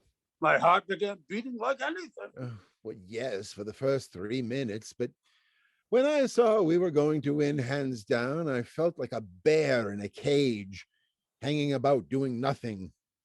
And the dinner was worse. Sitting, gorging there for over an hour with nobody but a damned fool of a fashionable woman to talk to. Yeah. I tell you, Pickering, never again for me. No more artificial duchesses. The whole thing has been simple purgatory. You've never been broken in properly to the social routine. I rather enjoy dipping into it occasionally myself. It makes me feel young again. Anyhow, it was a great success, an immense success. I was quite frightened once or twice because Eliza was doing it so well. You see, lots of the real people can't do it at all. They're such fools that they think style comes by nature to people in their position. So they never learn. Mm-hmm. There's always something professional about doing a thing superlatively well. Oh, yes, and that's what drives me mad. The silly people don't know their own silly business. However, it's over and done with, and now I can go to bed at last without dreading tomorrow. Eliza's beauty becomes murderous. Yeah, I think I shall turn into. Still, it's been a great occasion. A triumph for you. Good night. Good night. Put out the lights, Eliza, and tell Mrs. Pearce not to make coffee for me in the morning. I'll take tea. What the devil have I done with my slippers? Eliza snatches up the slippers and hurls them at Higgins, one after the other, with all her force. There are your slippers, and there! Take your slippers, and may you never have a day's luck with them! What on earth? What's the matter? Now get up. Is there anything wrong? Nothing wrong with you. I've won your bet for you, haven't I? That's enough for you. I don't matter, I suppose. You won my bet, you presumptuous insect. I won it. What did you throw those slippers at me for? 'Cause I wanted to smash your face. I'd like to kill you, you selfish brute. Why didn't you leave me where you picked me out of in the gutter? You thank God it's all over, and now you can throw me back again there, do you? Ooh, the creature is nervous after all. Eliza gives a suffocated scream of fury and instinctively darts her nails at his face. Claws in, you cat. dare you show your temper to me? Now sit down and be quiet. What's to become of me? What's to become of me? How the devil do I know what's to become of you? What does it matter what becomes of you? You don't care. I know you don't care. You don't care if I was dead. I'm nothing to you, not so much as them slippers. Those slippers. Those slippers. I didn't think it made any difference now. A pause. Eliza, hopeless and crushed. Higgins, a little uneasy. Why have you begun going on like this? May I ask whether you complain of your treatment here? No. Has anyone behaved badly to you? Colonel Pickering? Mrs. Pearce? Or any of the servants? No. I presume you don't pretend that I have treated you badly. No. Well, I'm glad to hear it. Perhaps you're tired after all the strain of the day. Will you have a glass of champagne? No. Thank you. This has been coming on for you for some days. I suppose it was natural for you to be anxious about the garden party, but that's all over now. There's nothing more to worry about. No, nothing more for you to worry about. Oh, God, I wish I was dead. Why, in heaven's name? Why? Listen to me, Eliza. All this irritation is purely subjective. I don't understand. I'm too ignorant. It's only imagination. Low spirits and nothing else. See, nobody's hurting you. Nothing's wrong. Now you go to bed like a good girl and sleep it off and have a little cry and say your prayers, and that will make you comfortable. I heard your prayers. Thank God it's all over. Well, don't you thank God it's all over? Now you're free and you can do as you like. What am I fit for? What have you left me fit for? Where am I to go? What am I to do? What's to become of me? Oh, that's what's worrying you, is it? Well, I shouldn't bother about it if I were you. You know, I should imagine you won't have much difficulty in settling yourself somewhere or other. Enough. I hadn't quite realized that you were going away. She looks at him quickly. He does not look at her, but examines the dessert stand on the piano and decides that he will eat an apple. You might marry, you know. He bites a large piece out of the apple and munches it noisily. Now, you see, Eliza, all men are not confirmed old bachelors like me and the colonel. Most men are the marrying sort, the poor devils. And you're not bad looking. It's quite a pleasure to look at you. Sometimes. Well, not now, of course, because you're crying and look ugly as the very devil. But when you're all right and quite yourself, you're what I should call attractive. And now you go to bed and have a good rest, and then get up and look at yourself in the glass, and you won't feel so cheap. Eliza again looks at him, speechless and does not stir. The look is quite lost on Higgins, who eats his apple with a dreamy expression of happiness, as it is quite a good one. You know, I dare say my mother could find some chap or other who would do very well for you. We were above that at the corner of Tottenham Court Road. What do you mean? I sold flowers. I didn't sell myself. Now you've made a lady of me and I'm not fit to sell anything else. I wish you'd left me where you found me. Oh, tosh, Eliza. Don't you insult human relations by dragging all this cant about buying and selling into it. You needn't marry the fellow if you don't like him. What else am I to do? Well, lots of things. Oh, what about your old idea of a flower shop? Pickering could set you up in one. He's got lots of money. Yeah, well, he'll have to pay for all those togs you've been wearing today, and that, with the hire of the jewelry, will put a big hole in 200 pounds. Why, 6 months ago, you would have thought it the millennium to have a flower shop of your own. Huh? Now, come, you'll be all right. I must clear off to bed. I'm devilish sleepy. Now, by the way, I came down for something. I forgot what it was. Your slippers. Oh, yes, of course. You shied them at me. Before you go, sir, Eh? do my clothes belong to me or to Colonel Pickering? Well, what the devil use would they be to Pickering? He might want them for the next girl you pick up to experiment on. Is that the way you feel toward us? I don't want to hear anything more about that. All I want to know is whether anything belongs to me. My own clothes were burnt. But what does it matter? Now, why need you start bothering about that in the middle of the night? I want to know what I may take away with me. I don't want to be accused of stealing. Stealing? You shouldn't have said that, Eliza. That shows a want of feeling. I'm sorry. I'm only a common, ignorant girl, and in my station I have to be careful. There can't be any feelings between the like of you and the like of me. Please, will you tell me what belongs to me and what does not? Well, you may take the whole damned house full if you like. Except the jewels, they're hired. Now, will that satisfy you? Stop, please.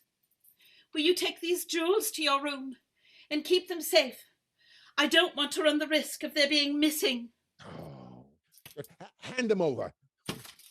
You know, if these belong to me instead of to the jeweler, I'd have rammed them down your ungrateful throat.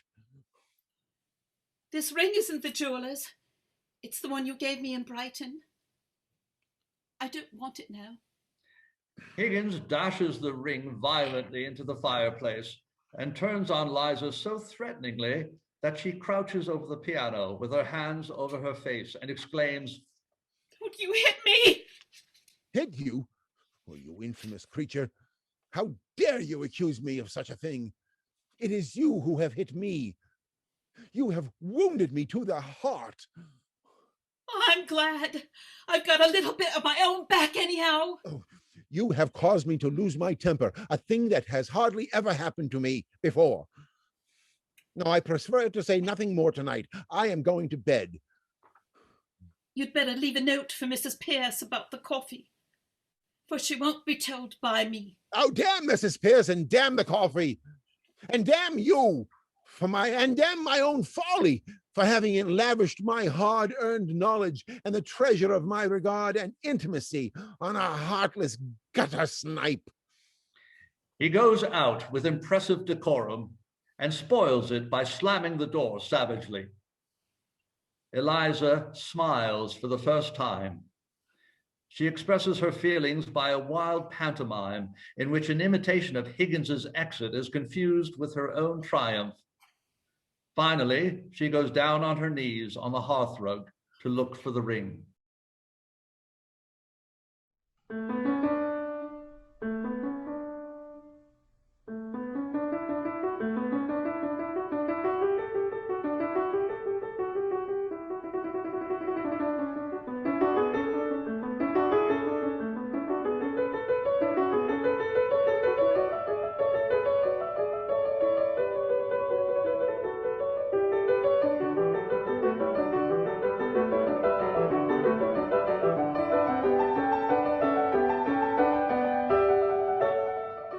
Act 5, Mrs. Higgins's drawing room.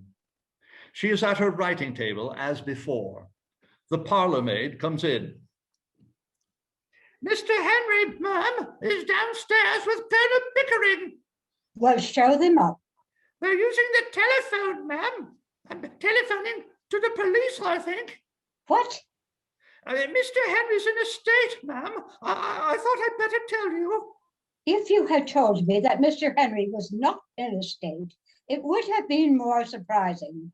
Tell them to come up when they've finished with the police. I suppose he's lost something. Yes, ma'am. Go upstairs and tell Miss Doolittle that Mr. Henry and the Colonel are here. Ask her not to come down till I send for her. Yes, ma'am. Look here, Mother. Here's a confounding thing. Yes, dear. Good morning. What is it? Eliza's bolted. You must have frightened her. Frighten her?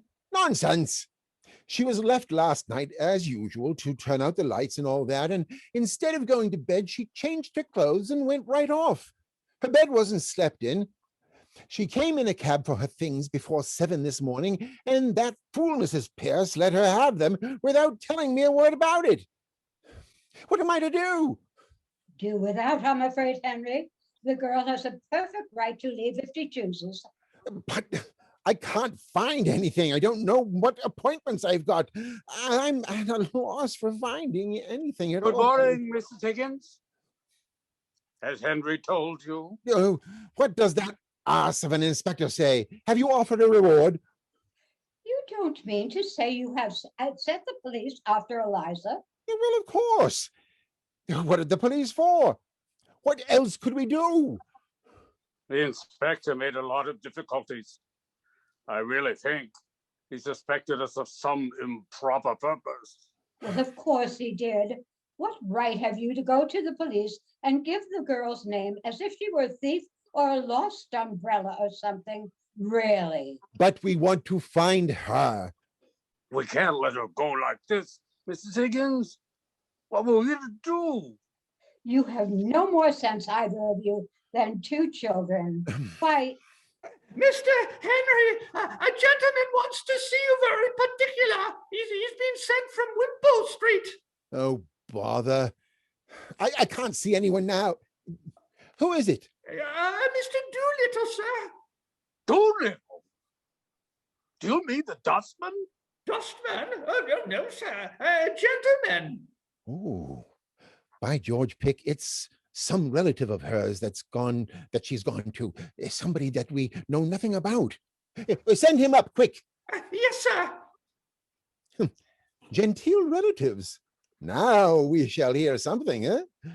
do you know any of her people? Only her father, the fellow we told you about. Mr. Doolittle, ma'am, sirs. Doolittle enters. He is brilliantly dressed in a new fashionable frock coat with white waistcoat and grey trousers. A flower in his buttonhole, a dazzling silk hat, and patent leather shoes complete the effect. He is too concerned with the business he has come on to notice Mrs. Higgins. He walks straight to Higgins and accosts him with a vehement reproach. He says, indicating himself, See here! Do you see this? You done this! Done what, man? Ah, this I tell you, look at it. Look at this hat. Ah, look at this coat. Has Eliza been buying you clothes? Eliza, not she, not half. Why would she buy me clothes? Good morning, Mr. Doolittle. Won't you sit down? Doolittle is taken aback as he becomes conscious that he has forgotten his hostess. Asking your pardon, ma'am. Thank you. I am that full of what has happened to me that I can't think of anything else. What the dickens has happened to you? I shouldn't mind if it had happened to me. Anything might happen to anybody and no one to blame but Providence, as you might say. But this is something that you done to me. Yes, you, Henry Higgins. Have you found Eliza? That's the point. Have you lost her? Yes.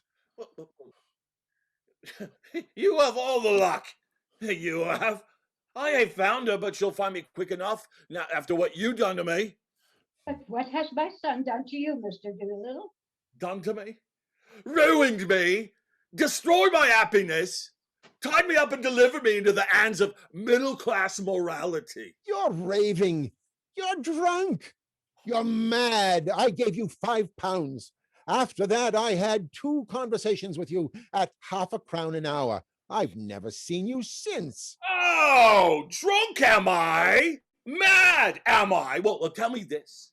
Did you or did you not write a letter to an oblighter in America that was given $5 million to found moral reform societies all over the world? And that he wanted you to invent a universal language for him? What? Ezra D. Wannafeller. No, he's dead. Yes, he's dead and I'm done for. Now, did you or did you not write a letter to him to say that the most original moralist at present in England, to the best of your knowledge, was Alfred Doolittle, common dustman? Oh, after your last visit, I remember making some silly joke of the kind. Yeah. You may well call it a silly joke, but it put the lid on me right enough.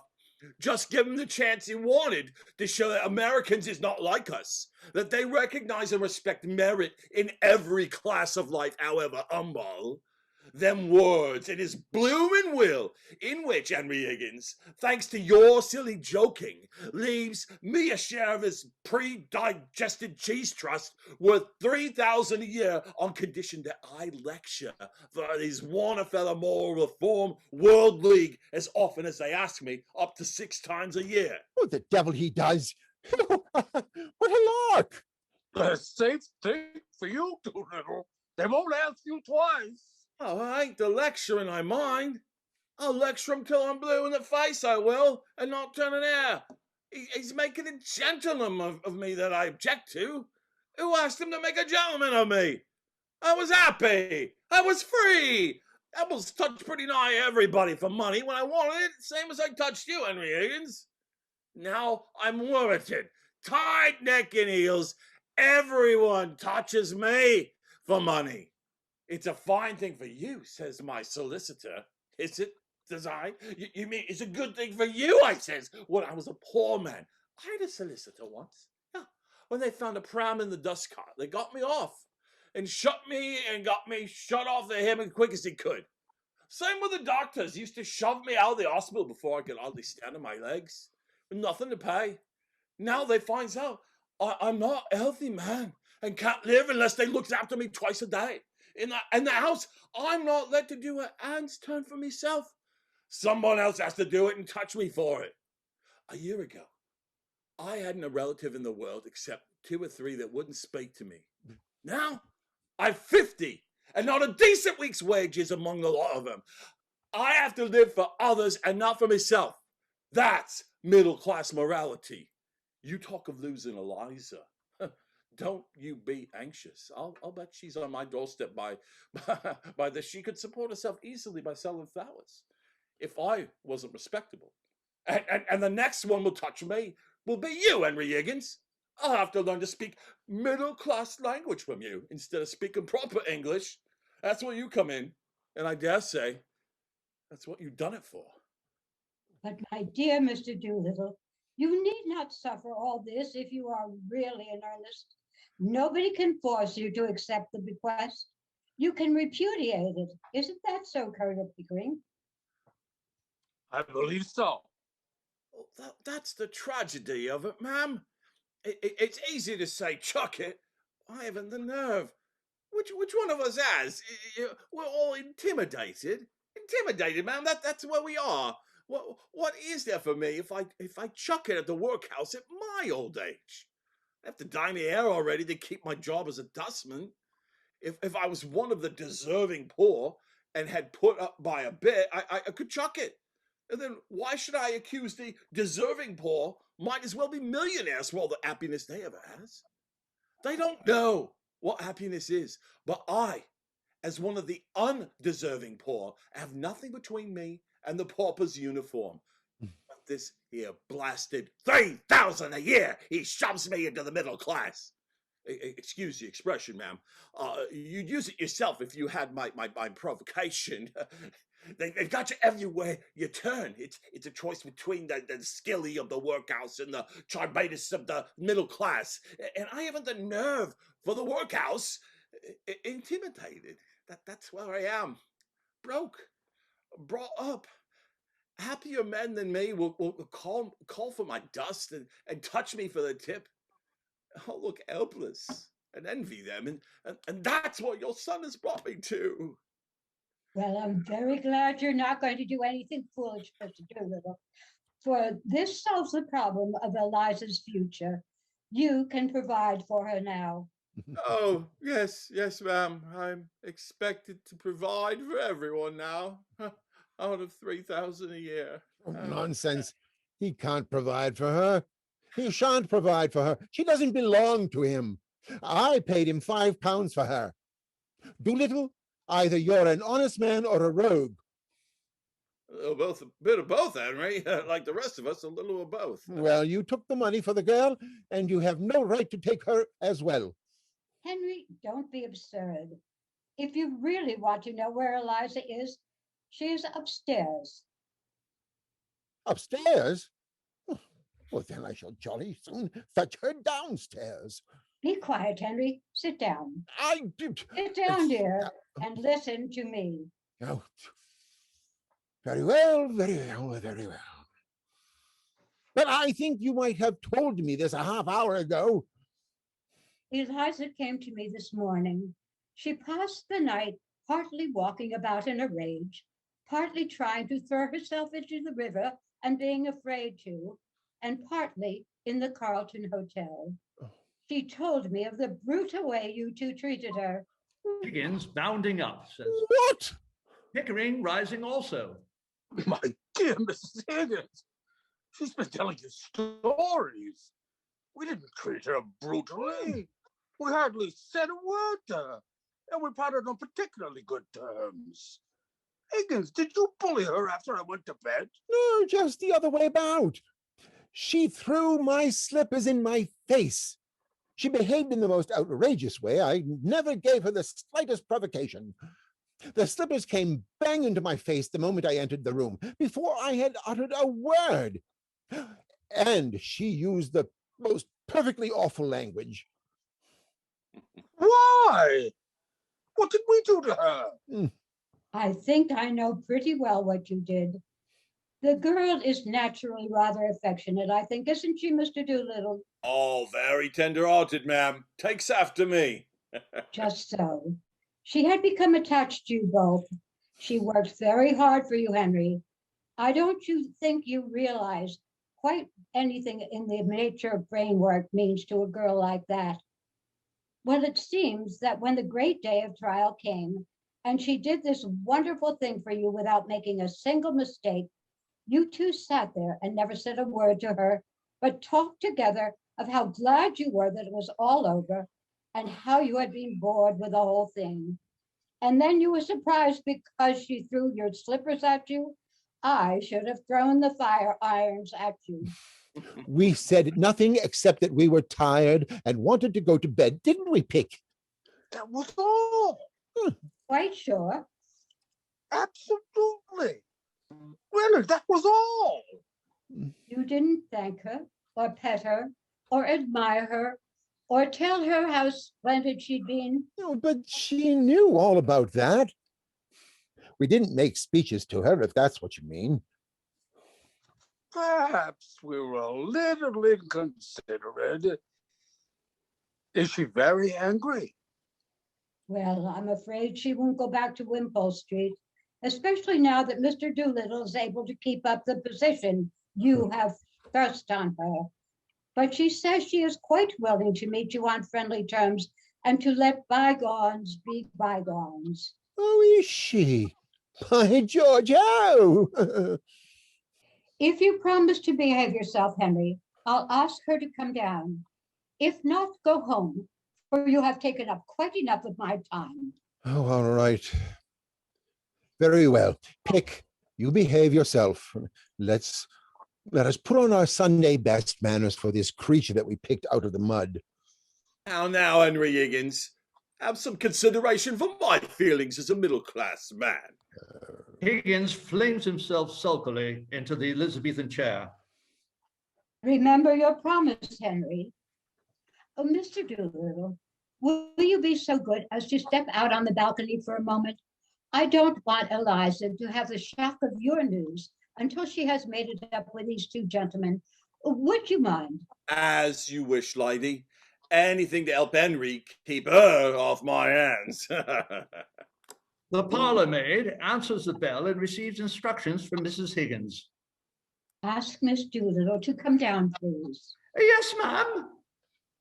Now, Henry, be good. I am behaving myself perfectly. He's doing his best, Mrs. Higgins. A pause. Higgins throws back his head, stretches out his legs, and begins to whistle. Henry, dearest, you don't look at all nice in that attitude. Oh, I was not trying to look nice, Mother. It doesn't matter, dear. I only wanted to make you speak. Why? Because you can't speak and whistle at the same time. Where is the girl? Are we to wait here all day? Eliza enters, sunny, self-possessed, and gives a staggeringly convincing exhibition of ease of manner. She carries a little work basket and is very much at home. Pickering is too much taken aback to rise. How do you do, Professor Higgins? Are you quite well? Well, am I? Of course you are. You are never ill. So glad to see you again, Colonel Pickering. Quite chilly this morning, isn't it? Don't you dare try this game on me. I taught it to you, and it doesn't take me in. Now get up and come home, and don't be a fool. Eliza takes a piece of needlework from her basket and begins to stitch at it without taking the least notice of this outburst. Very nicely put indeed, Henry. No woman could resist such an invitation. Oh, you let her alone, Mother. Let her speak for herself. You'll jolly soon see whether she has an idea that I haven't put into her head or a word that I haven't put into her mouth. I tell you, I have created this thing out of the squashed cabbage leaves of Covent Garden, and now she pretends to play the fine lady with me. Yes, dear. But you'll sit down, won't you? He does, savagely. Will you drop me altogether now that the experiment is over, Colonel Pickering? Oh, don't. You mustn't think of it as an experiment. It shot me out. I'm only a squashed cabbage leaf. No. But I owe so much to you that I should be very unhappy if you forgot me. It's very kind of you to say so, Miss Doolittle.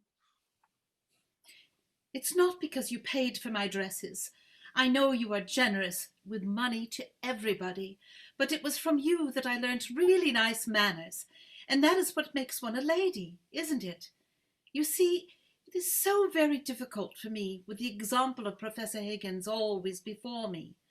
I was brought up to be just like him, unable to control myself and using bad language on the slightest provocation. And I should never have known that ladies and gentlemen didn't behave like that if you hadn't been there. Well, Well, that's only his way, you know. He doesn't mean it. Oh, I didn't mean it either when I was a flower girl. It was only my way. But you see, I did it. And that's what makes the difference, after all. No doubt. Still, he taught you to speak, and I couldn't have done that, you know.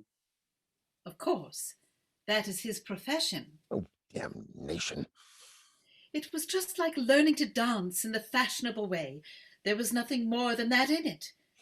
But do you know what began my real education? What? Your calling me Miss Doolittle. That day when I first came to Wimpole Street, that was the beginning of self-respect for me. And there were 100 little things you never noticed because they came naturally to you. Things about standing up and taking off your hat and opening doors. Oh, that was nothing. Yes, that showed you thought and felt about me as if I was something better than a scullery maid. Though, of course, I know you would have been just the same to a scullery maid if she had been let in the drawing room. You never took off your boots in the drawing room when I was there. Oh, you mustn't mind that. Higgins takes off his boots all over the place. I know. I am not blaming him. It is his way, isn't it? But it made such a difference to me that you didn't do it. You see, really and truly, apart from the things anyone can pick up, the ex-dressing and the proper way of speaking and so on, the difference between a lady and a flower girl is not how she behaves, but how she is treated. I shall always be a flower girl to Professor Higgins, because he always treats me as a flower girl, and always will. But I know I can be a lady to you, because you always treat me as a lady, and you always will. Please don't grind your teeth, Henry. Well, this is really very nice of you, Miss Doolittle. I should like you to call me Eliza now, if you would. Thank you. Eliza, of course.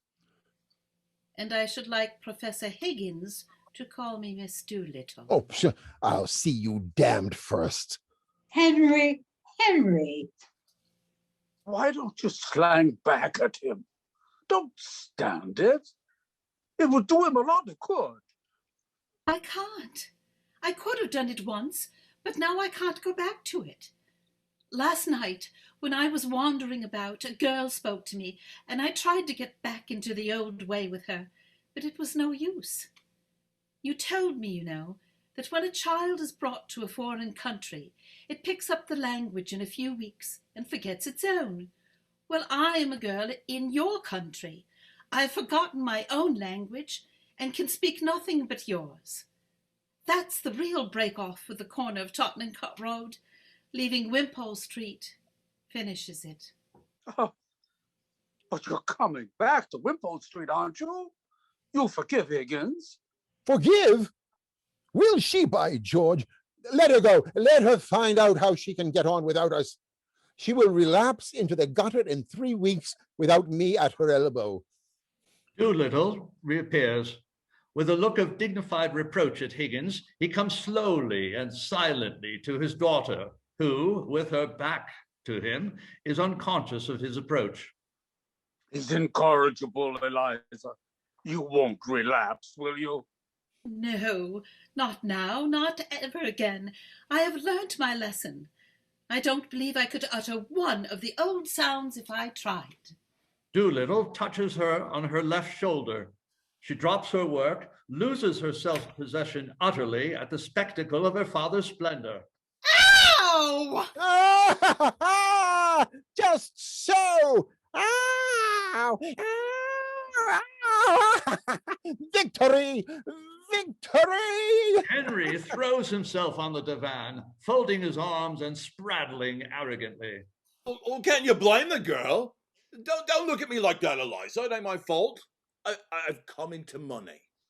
You must have touched a millionaire this time, Dad.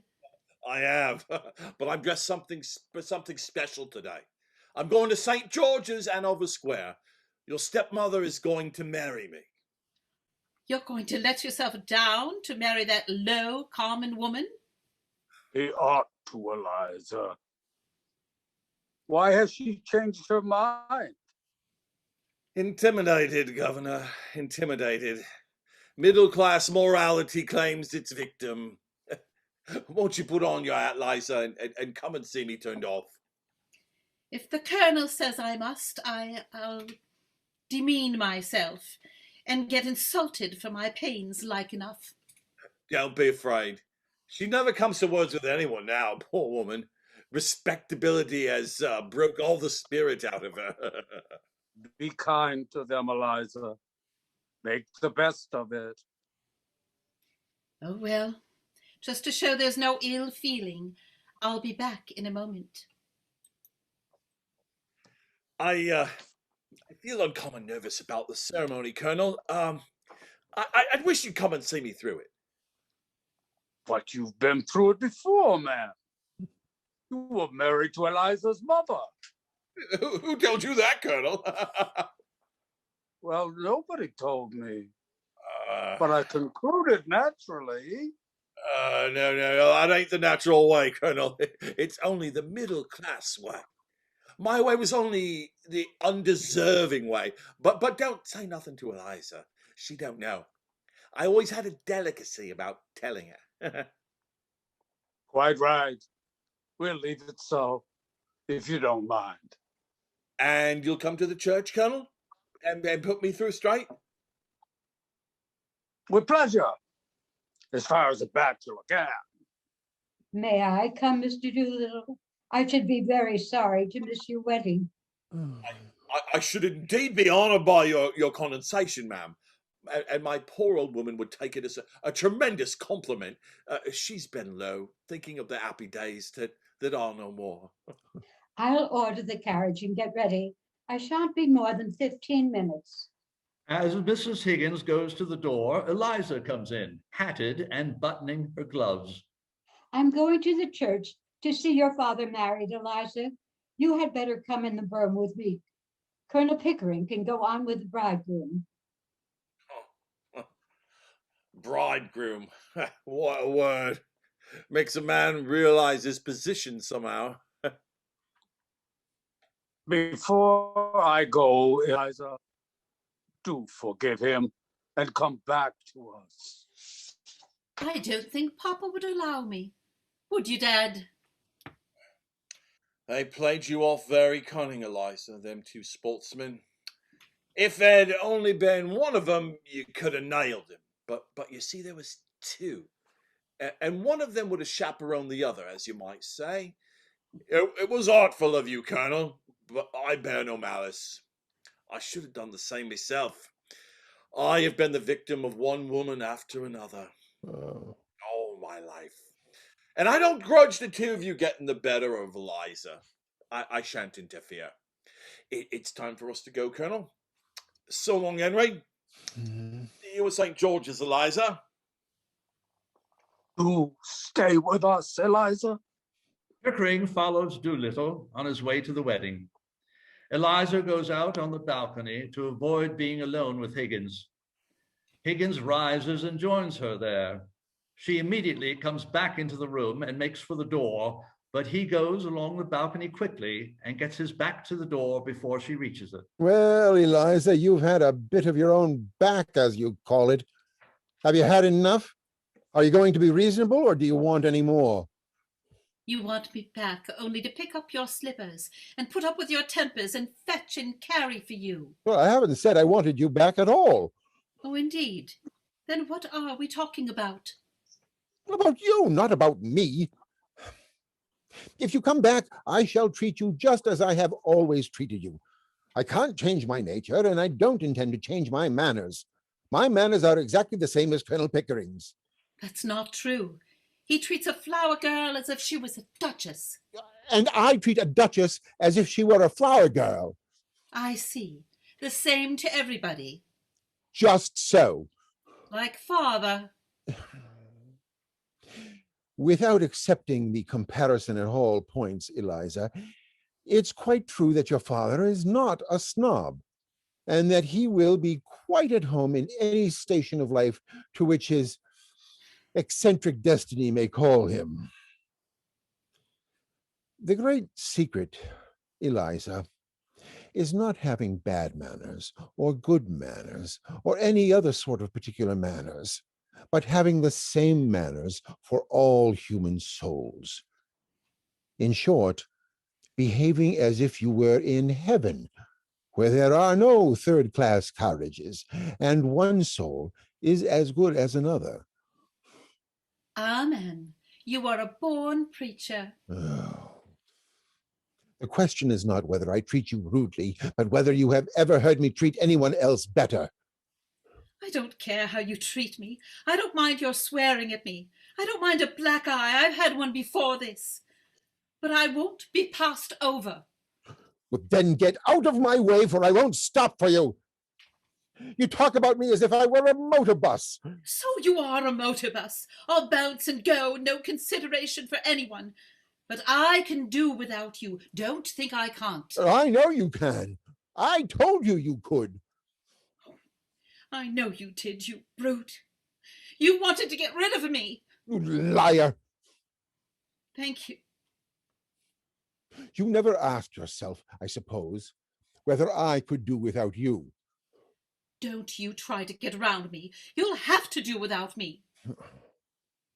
I can do without anybody. I am my own soul, my own spark of divine fire, but I shall miss you, Eliza. I have learnt something from your idiotic notions. I confess that humbly and gratefully. And I've grown accustomed to your voice and appearance. I like them, rather. Well, you have both of them on your gramophone and in your book of photographs. When you feel lonely without me, you can turn the machine on. It's got no feelings to hurt. I can't turn your soul on. Leave me those feelings, and you can take away the voice in the face. They are not you. Oh, you are a devil. You can twist the heart in a girl as easy as some could twist her arms to hurt her. Mrs. Pearce warned me. Time and again she has wanted to leave you, and you always got round her at the last minute. And you don't care a bit for her, and you don't care a bit for me. I care for life, for humanity, and you are a part of it that has come my way and been built into my house. What more can you or anyone ask? I won't care for anybody that doesn't care for me.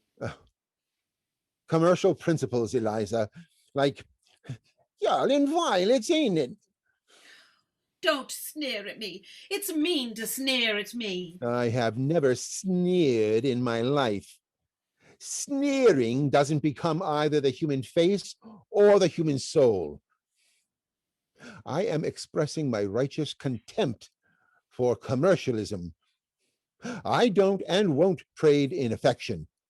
You call me a brute because you couldn't buy a claim on me by fetching my slippers and finding my spectacles? Well, you are a fool. I think a woman fetching a man's slippers is a disgusting sight. Did I ever fetch your slippers? I think a good deal more of you for throwing them in my face. No use slaving for me and then saying you want to be cared for. Who cares for a slave? Now, if you come back for the sake of good fellowship, for you'll get nothing else. You've had 1,000 times as much out of me as I have out of you. And if you dare to set up your little dog's tricks of fetching and carrying slippers against my creation of a duchess, Eliza, I'll slam the door in your silly face. What did you do it for if you didn't care for me? Why? Because it was my job. You never thought of the trouble it would make for me. Would the world ever have been made if its maker had been afraid of making trouble? Making life means making trouble. There's only one way of escaping trouble, and that's killing things. Cowards, you noticed, are always shrieking to have troublesome people killed. I'm no preacher. I don't notice things like that. I notice that you don't notice me. Oh, Eliza, you're an idiot. I waste the treasures of my Miltonic mind by spreading them before you. Once for all, understand that I go my way and do my work without carrying tuppence what happens to either of us. I am not intimidated like your father and your stepmother, so you can come back or go to the devil, which you please. What am I to come back for? Well, for the fun of it. That's why I took you on. And you may throw me out tomorrow if I don't do everything you want me to? Yes, and you may walk out tomorrow if I don't do everything you want me to do. And live with my stepmother? Yes. Or sell flowers. Oh, if I only could go back to my flower basket, I should be independent of both you and father and all the world. Why did you take my independence from me? Why did I give it up? I'm a slave now for all my fine clothes. No, not a bit. I'll adopt you as my daughter and settle money on you if you like. Or would you rather marry Pickering? I wouldn't marry you if you asked me, and you're nearer my age than what he is. Than he is, not than what he is. I'll talk as I like. You're not my teacher now. Although I don't suppose Pickering would marry you, though. He's as confirmed an old bachelor as I am. That's not what I want, and don't you think it. I've always had chaps enough wanting me in that way. Freddie Hill writes me 2 and 3 times a day, sheets and sheets. Oh, damn his impudence. He has a right to if he likes, poor lad. And he does love me. Oh, you have no right to encourage him. Every girl has a right to be loved. What? By fools like that? Freddie's not a fool. And if he's weak and poor and wants me, maybe he can make me happier than my betters that bully me and don't want me. Can he make anything of you? Now that's the point. Perhaps I could make something of him, but I never thought of us making anything of one another, and you never think of anything else. I only want to be natural. Oh, in short, you want me to be as infatuated about you as Freddy, is that it? No, I don't. That's not the sort of feeling I want from you. And don't you be too sure of yourself or of me.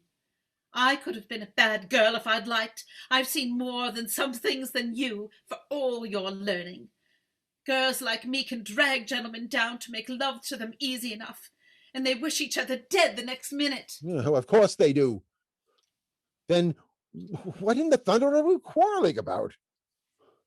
I want a little kindness. I know I'm a common ignorant girl, and you're a book-learned gentleman, but I'm not dirt under your feet. What I did was not for the dresses and the taxis. I did it because we were pleasant together, and I came to care for you, not to want you to make love to me, and not forgetting the difference between us, but more friendly-like. Well, of course, that's just how I feel. And how Pickering feels. Oh, Eliza, you're a fool. That's not a proper answer to give me. It's all you'll get until you stop being a common idiot. If you're going to be a lady, you'll have to give up feeling neglected if the men you know don't spend half their time sniveling over you and the other half giving you black eyes. If you can't stand the coldness of my sort of life, and the strain of it, then go back to the gutter. Work till you're more of a brute than a human being, and then cuddle and squabble and drink till you fall asleep. Oh, it's a fine life, the life of the gutter. It's real, it's warm, it's violent. You can feel it through the thickest skin. You can taste it and smell it without any training or any work. Not like science and literature and classical music and philosophy and art. You find me cold, unfeeling, selfish, don't you? Well, very well, then be off with you to the sort of people you like. Marry some sentimental hog or other with lots of money and a thick pair of lips to kiss you with and a thick pair of boots to kick you with. If you can't appreciate what you've got, you'd better get what you can appreciate. Oh, you are a cruel tyrant. I can't talk to you. You turn everything against me. I'm always in the wrong. But you know very well all the time that you are nothing but a bully. You know I can't go back to the gutter, as you call it, and that I have no real friends in the world but you and the Colonel. You know well I couldn't bear to live without a low, common man after you two, and it's wicked and cruel of you to insult me by pretending I could. You think I must go back to Wimpole Street, because I have nowhere else to go but father's. But don't you be too sure that you can have me under your feet to be trampled on and talked down. I'll marry Freddy, I will, as soon as he's able to support me. Oh, rubbish. You shall marry an ambassador. You shall marry the Governor General of India, or the Lord Lieutenant of Ireland, or somebody who wants a deputy queen. I'm not going to have my masterpiece thrown away on Freddy. You think I like you to say that, but I haven't forgot what you said a minute ago. I won't be coaxed round as if I was a baby or a puppy. If I can't have kindness, I'll have independence. Independence? That's middle-class blasphemy. We are all dependent on one another, every soul on earth. I'll let you see whether I'm dependent on you. If you can preach, I can teach. I'll go and be a teacher. What will you teach in heaven's name? What you taught me. I'll teach phonetics. I'll offer myself as an assistant to Professor Nepean. What?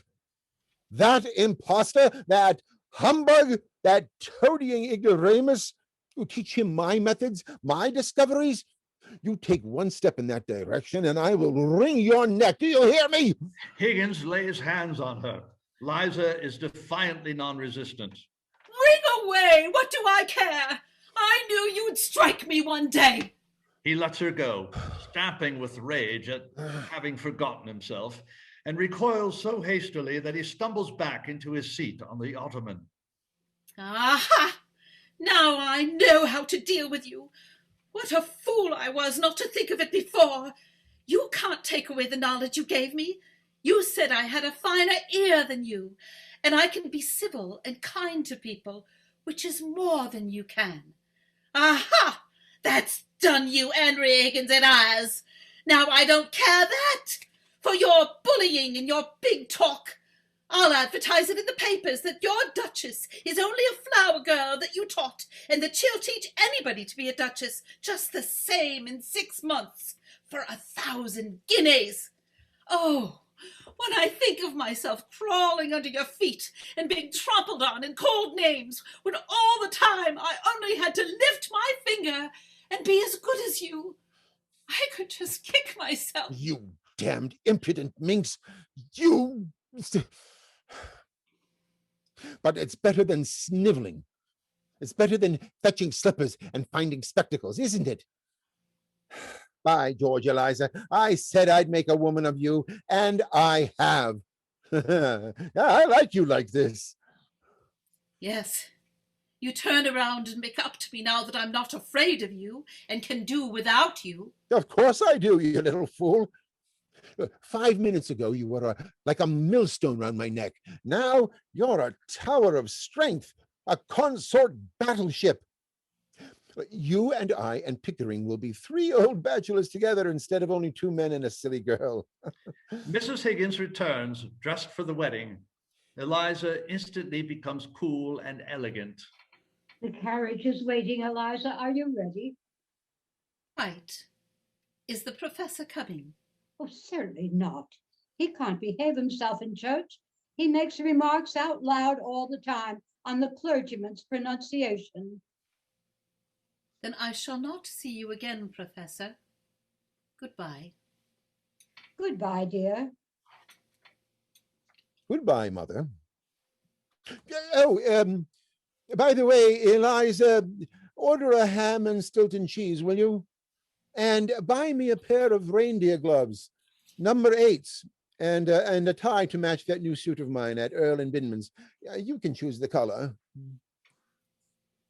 Buy them yourself. Liza sweeps out of the room. I'm afraid you've spoiled that girl, Henry. But never mind, dear. I'll buy you the tie and gloves. Don't bother. She'll buy them all right enough. Goodbye. They kiss. Mrs. Higgins runs out. Higgins, left alone, rattles his cash in his pocket, chuckles, and disports himself in a highly self-satisfied manner.